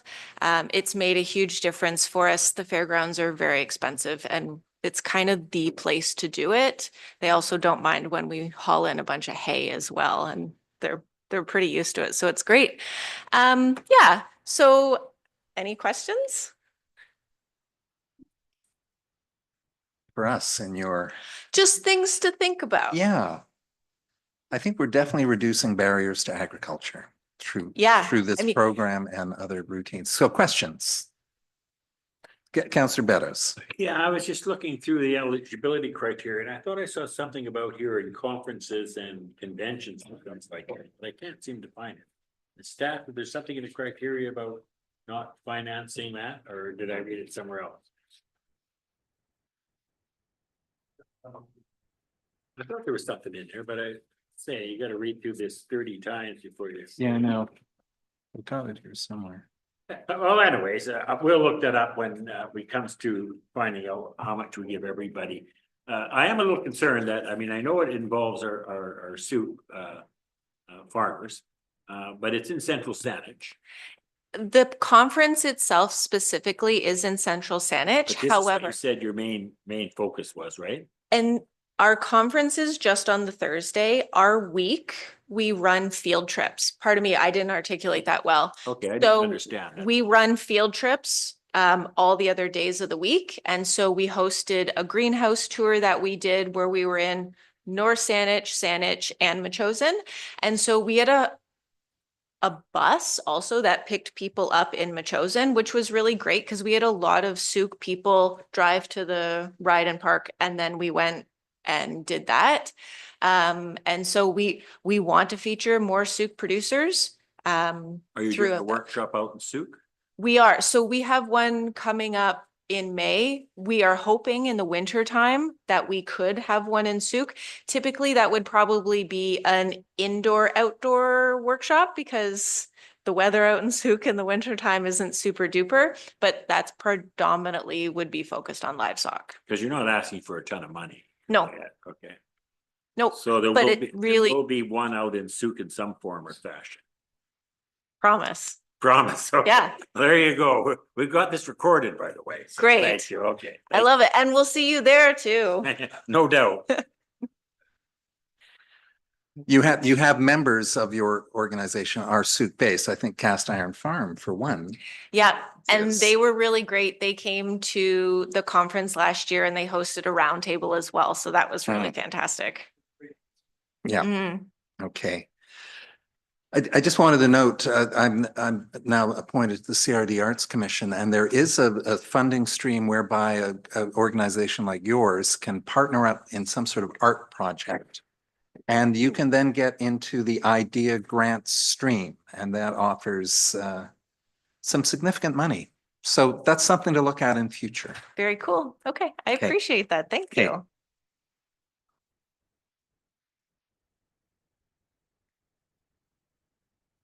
Now,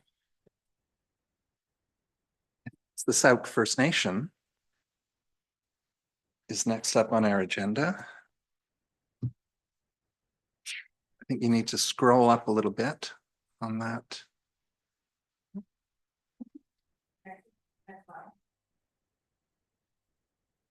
Okay, composts and conservation education.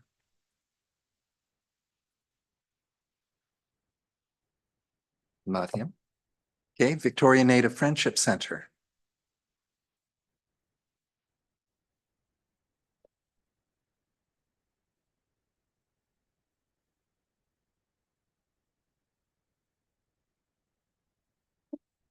Which button do I push? Thank you. Thank you. I just want to say what a great meeting this is. It's such an amazing showcase of everything that's going on in our community. Newcomers need to come.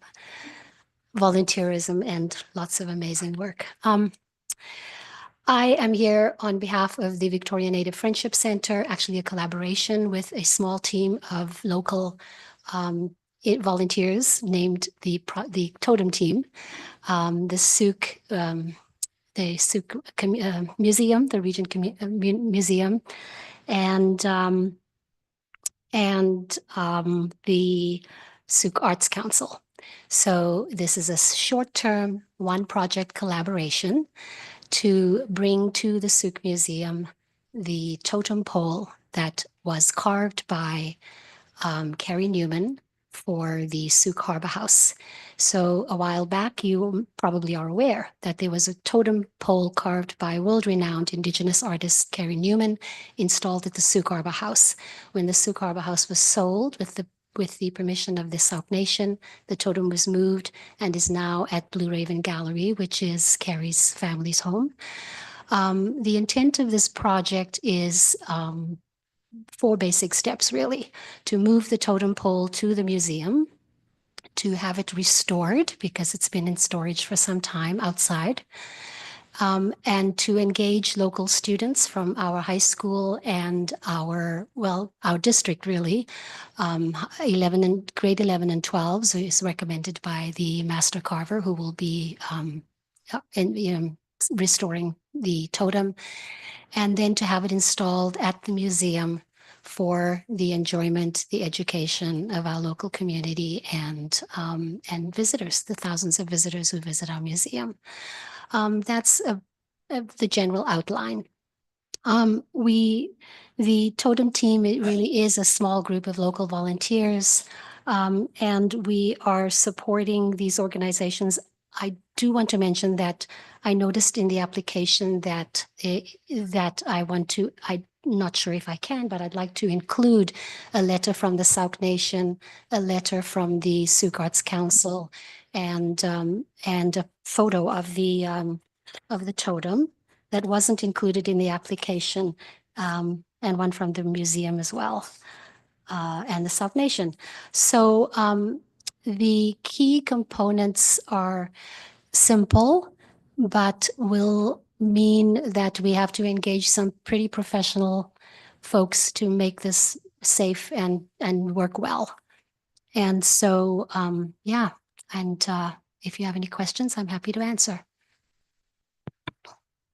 And when I did that gesture, that Mhm. was in fact Time. indicating the foundation that needs to be built, but it wasn't to cut you off. I'm sorry. That was- Exactly. Yes, there is Okay. some engineering Yeah. and serious work to be done. Yes. It's not necessarily a volunteer Right. job. Yeah.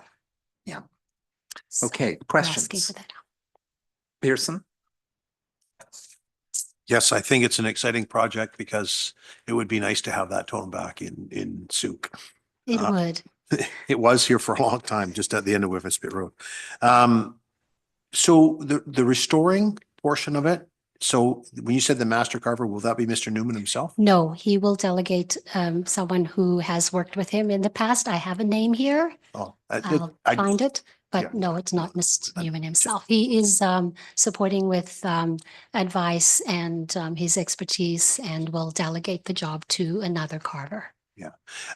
I think it's, if the project goes ahead, I think it's a wonderful opportunity to involve our communications team at the district, because that's a really, really good news story for Sooke, and that totem being restored by, originally carved by Mr. Newman himself. Absolutely. The installation event at the museum will be a community, open to the community event, and a celebration really, and a party. So, and the logistics of moving it here, transporting it here, is that the bulk of the cost? Actually, no. No? My understanding with Carrie's advice is that the bulk of the cost will be around the actual installation and the building of the platform. So Okay. my understanding is it needs to be, concrete and metal and, steel and who knows what. But we will have to engage an engineer to come up with that and work with the staff here to understand what's required. The museum will be taking a role in that at that time because it will be installed on their property. Right. Okay. So we're not there yet, but we're hoping to get there. Thank you for bringing this project forward. Councillor St. Pierre?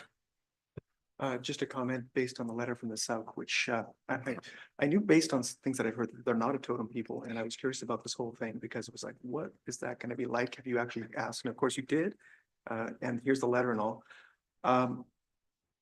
I will be curious to see on the installation how there's a clear delineation made presented between this is here on Sooke territory.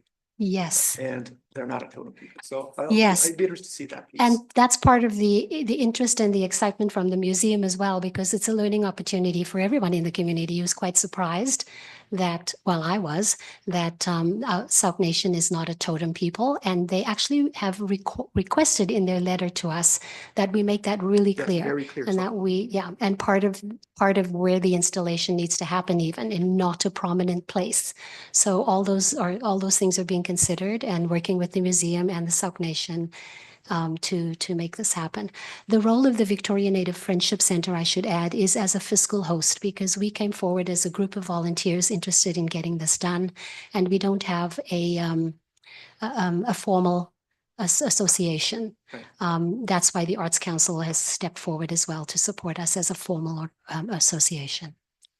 Thank you. Okay, I note that the Victoria Foundation is pretty critical in this. It is. What happens if you get a no from them? Well, what we haven't done yet, and we probably will be come September when we are able to engage the students more, because this is a September to next spring kind of timeline, is to really ask the community for support. So,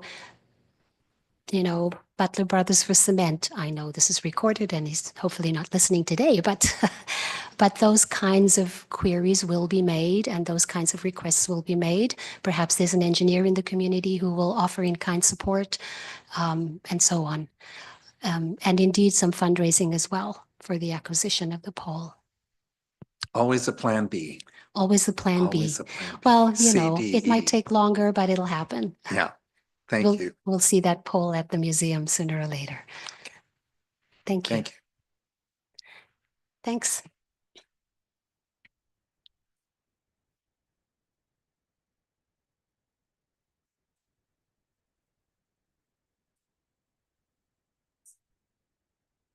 Microphone. Victoria Sexual Assault Center.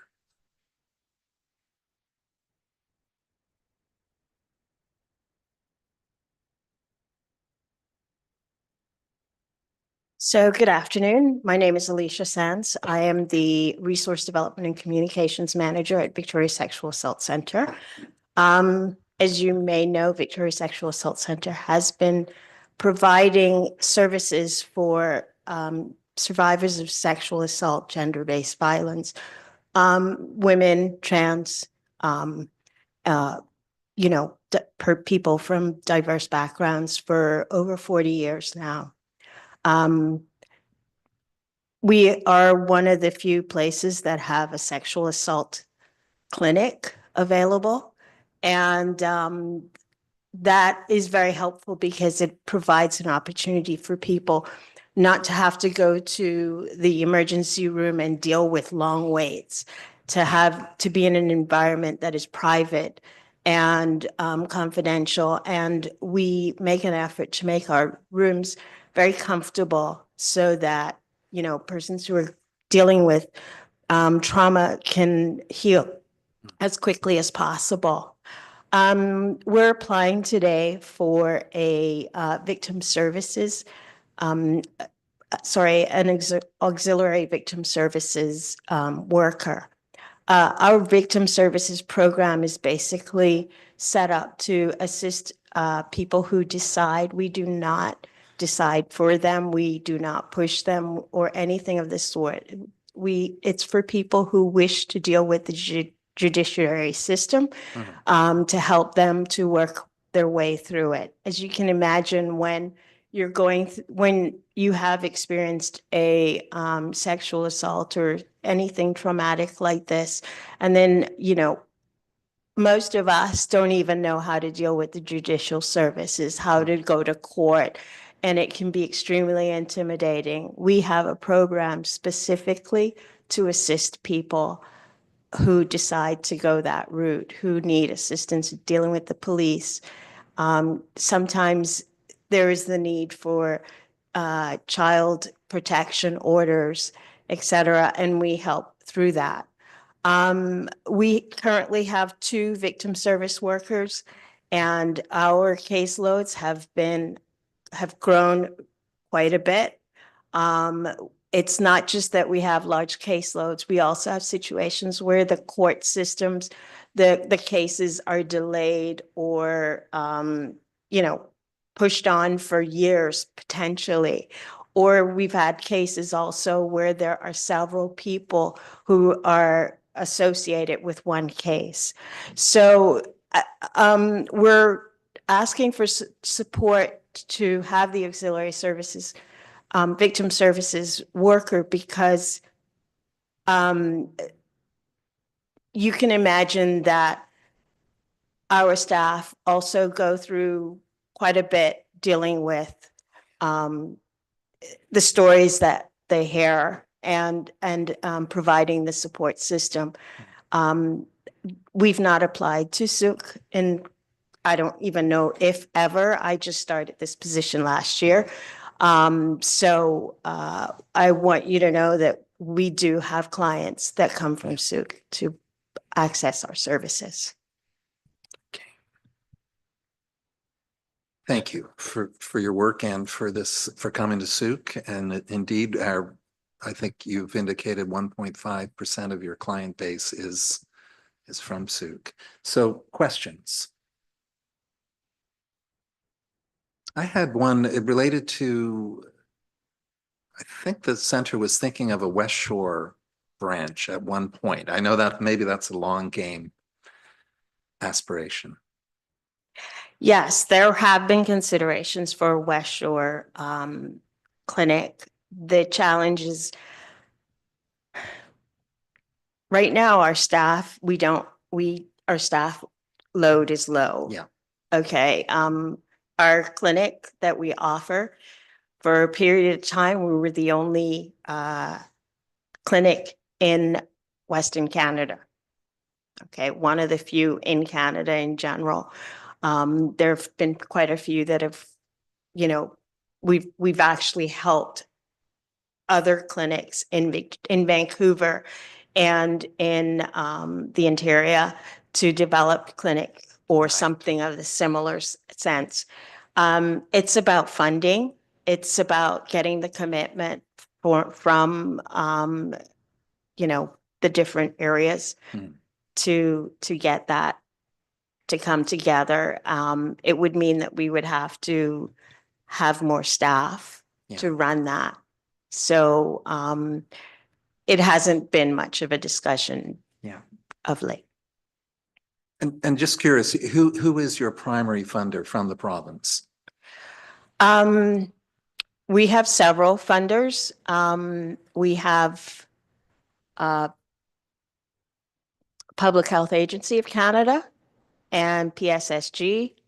They're our major funders, but we have a large scope of funders and yeah. Sure. Yeah, that staffing, we can't fund staffing through this program. So whatever the result today, I trust you will return in future years and recognize the operational piece we can in fact very clearly fund. So yeah, sure. You. Thanks a lot. Okay.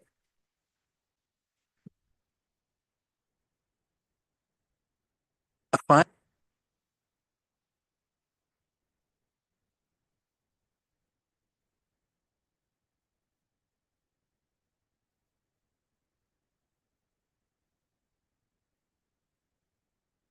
Hi, and my name's Zoe Wells, and I'm here on behalf of Where to Start.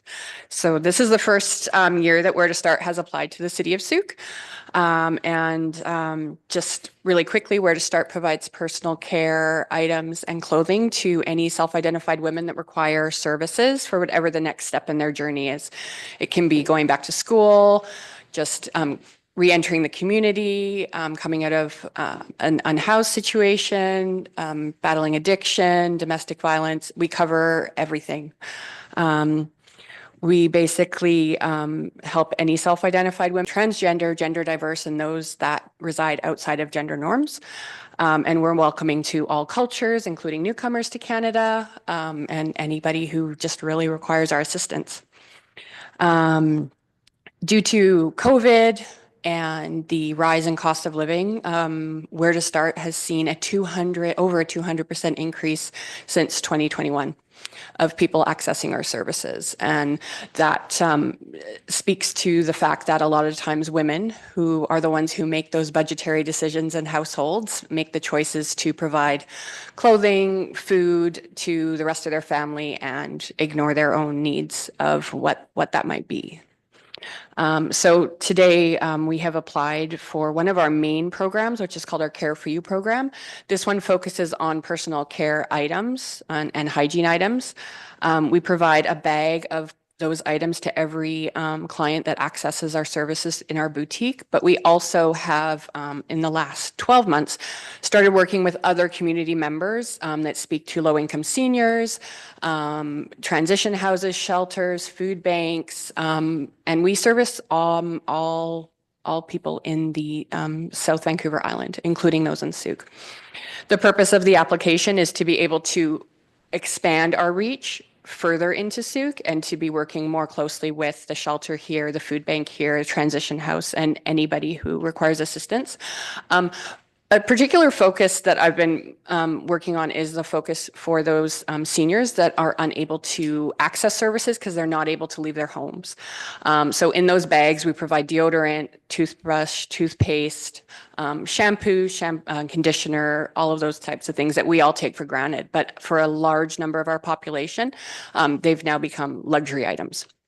So essentially, that's the basis of our application. And yeah, we're just excited to expand our program and help more people. We do work with Soap for Hope in Victoria, and we buy as much of our products from them as we can because they give all nonprofits a very, very good discount. But they do run out of products, namely deodorant, toothpaste, and toothbrushes. And those types of things are where we end up spending money that we have fundraised or written other grants for because they are quite expensive. I've noticed lately. So, yeah. Thank you. Thank you. Questions? Pearson, Councillor? Thank you for your presentation and thanks for waiting till the very end. That's okay.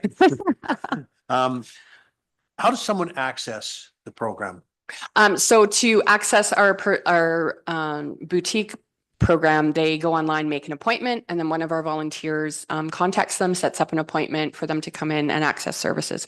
If it's something, we have a number of different programs, but that's just the main one. But most of them are done via online or a phone call. And then we are volunteer led and run. There's only 2 part-time staff. And we have over 35 volunteers in all different parts of the community. And our board is a working board and all volunteers. And just follow-up question. So do you provide a link to your site somewhere in different Everywhere, yeah. So agencies? It goes out. We work with a number of different agencies. So Work BC, all the transition houses, many of the shelters, food banks, any nonprofits that speak to domestic violence. We work with the Victoria Sexual Assault Center, Victoria Native Friendship Center, all of them. And so our reach has expanded and is expanding. And we are looking at other forms of the way people can access services, recognizing that we're now going into spaces for the unhoused and people who are struggling addiction don't always have a stable way to go online. So we are looking at diversifying that this coming year. Good. Thank you. And thank you for the work. Thank you. Councillor Beddoes? Yeah, sometimes these little niceties slip through the cracks for people, so it's nice to pick up. I guess I'm still a little confused because these packages, $8.50 each, are available at your boutique, and you say you're now aiming at seniors. For someone in Sooke to come in and all the way to get an $8.50 bag of stuff, is there another? Oh, sorry, I wasn't clear. So we bring those bags out to the Okay, community. that's So what we I'm bring saying. them to, like, we travel, as an example, New Horizons program in Victoria. I take those bags personally to New Horizons and drop them off, and then they put them in their packages that they drop off to those seniors that can't leave their homes. Or we drop them off at the Victoria Native Friendship Center and they disperse them.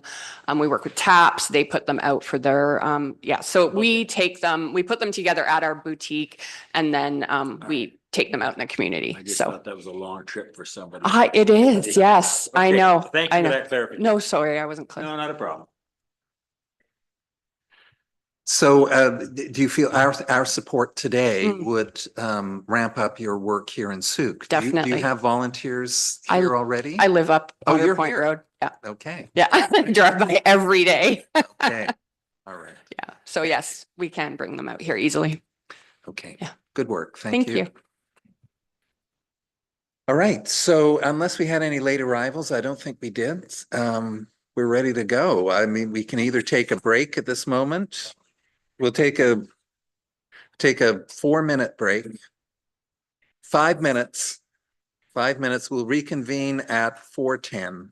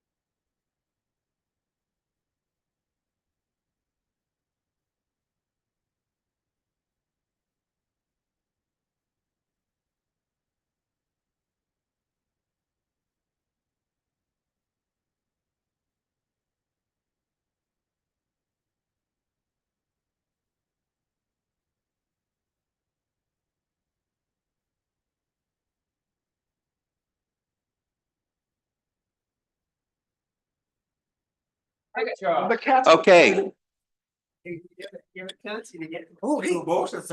I'm not bad at mine.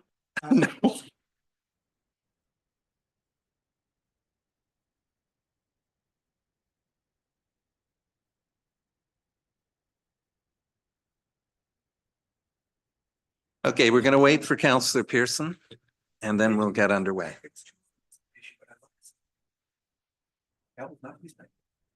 Tap, tap. Was that Eli Mina said that? Yeah, yeah, yeah. Just the tap, tap. Yeah.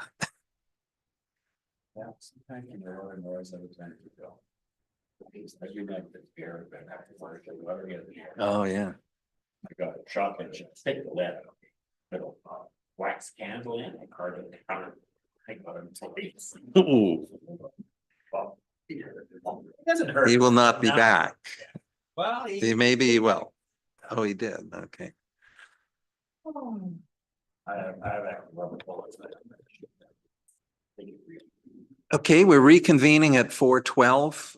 We have quorum again and we have some decision points here, choice points. We can plunge into distribution of our available funding, or we can consider an alternate option, which is at the council meeting of May 5th, there will be the presentation of a staff report on the fact that the district of Sooke currently provides close to $1 million in community supports through permissive tax exemptions, this program, our service agreements. I think that covers it. So the question is, do we wish to make our decisions today in light of the staff report? And we're 3 hours and 15 minutes into this. My head's getting a bit saturated, I think was the word I heard at AVIC. Brain saturation is an issue, or we can patiently move on and take these one by one. So, first of all, I have a question through me to you, Ms. Gray. What can we anticipate on May 5th? Sure, through to your worship, Deputy Mayor. Christina may add more to this, but basically the purpose of the special meeting on May 5th would be to present the community investment program to council, and just to manage expectations, not the fully policied developed program. It's just obviously because this will be a massive change for the council and the community to think of community investment in a different way than we currently do with all of these separate buckets. And so this, the hope from staff is to provide just a high level understanding of kind of how we got here a little bit, and then deep dive into some potential solutions to how to streamline this, make it clear for everybody, make it equitable and fair for everybody, because that's kind of one of my concerns in the finance chair over the years, was making sure it's equitable and fair for all organizations in Sooke, and they all understand the process. So that is, as far as that goes, there'll be some kind of a few decision points from council on policy and direction guidance that staff will take away and then develop that policy and work through that. And as well, Ms. Liu is planning to present the permissive tax exemption policy, because all of the permissive tax bylaw expires at the end of this year. So as normal, we will have to be going out to the community and seeking new applications from everybody for next year's intake, which is all due by October this year. So that is the goal of those two reports at this time, is just to present more specific direction we'll be seeking about the permissive tax, just due to the timeline of the bylaw expiring on any policy changes. And then the other one is just to introduce kind of where staff have come to, take all of our lessons learned, and then get some feedback from council on next steps for that one. And if we do delay today's decision making, what impacts are there on staff? And as far as that goes, I assume it will just be a bit of staff time just to follow up with everybody to let them know the decision's been delayed till May 5th. And then it would just be a matter of processing the request or the resolution after that date on May 5th. So nothing major that I can think of. So council, any thoughts on this? Yeah, Councillor St. Pierre and then Pearson. I'm worried about worried is a strong word. I think that as we look, I was looking at the various categories of requests that we had. We have a number of sports clubs. We have a number of events. We have a number of things that I think fall out of our wheelhouse. We have a number of things that fall out of our geography. Unfortunately, the policy itself doesn't necessarily, at least from my point of view, guide me really effectively and clearly in terms of, where do things sit. But I think that's something that as council, especially once we've had a report to look at, we could probably make some decisions on how we want to see that happening in the future. And I think we'd be able to make really solid decisions that would be equitable and fair while staying ideally within our budget on all the requests we've had today. Especially if we know, for example, that within a larger framework, certain types of requests will be dealt with in other ways, or that there's a certain intentionality about it. I'm concerned that if we actually move ahead with the majority of the decision making today, we're just going to have strange expectations a year from now because it happened this way, but then now you've changed all the rules or you've changed some of the rules. I'd rather have an idea of how we want to actually change the policy or see the policy evolving before we make these decisions. And on top of that, just the discussion, I think is going to really help us in terms of making solid and equitable decisions with regards to all of these asks. And there's a lot of them. So also, it's been 3 hours and a bit, 3 hours and a half. I don't know if we're necessarily going to do our best work at this point in time in terms of kit banging together ad hoc policy decisions on what to do. So I would make a motion once we've had a discussion in terms of waiting till after May 5th. Okay, further comments? Pearson, yes. Well, for me, in the first blush of going through this, I think there's a number in here that, or there's a number of applications in here I think that don't qualify. Like myself personally, I think that there's, and I think, in the past, I don't, and I know there's reasons behind that. I think that sometimes the blanket approach to all grants that are out there by organizations, because they have grant writers, we end up with, significant amount of, well, let's just throw one in.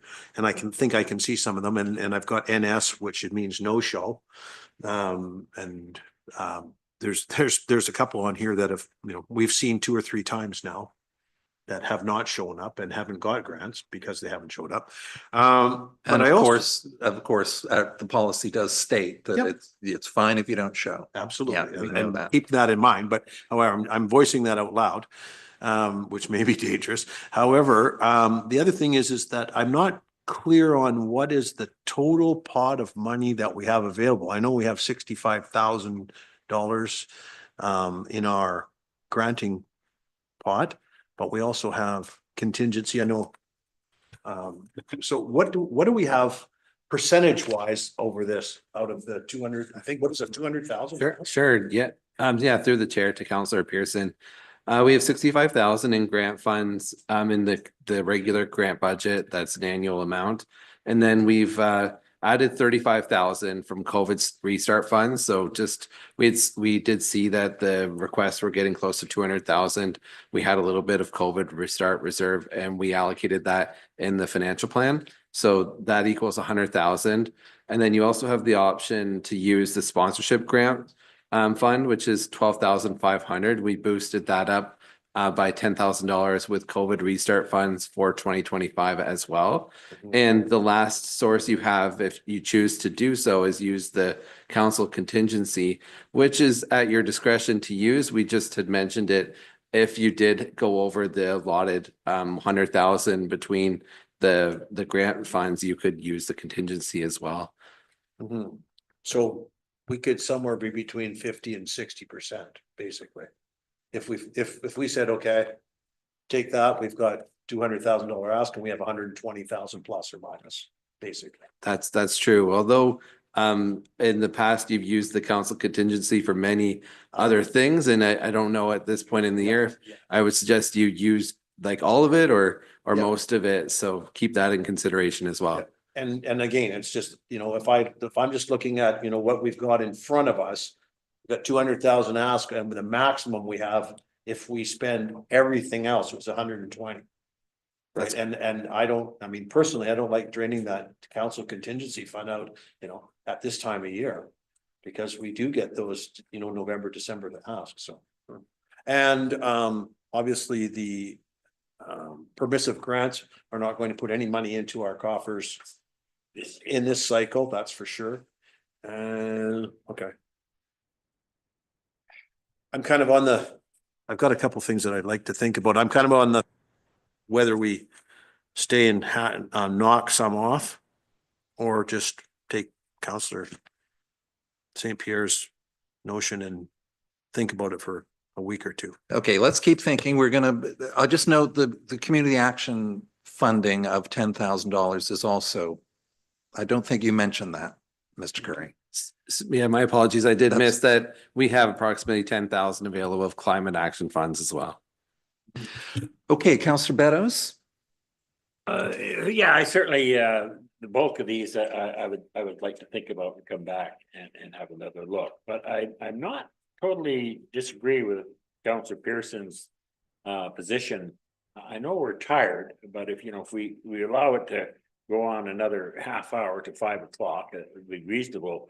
If we could look at those ones, I have 1, 2, 3, 4, 5, 6, 7 that I say no, flat no, and I suspect you have that too.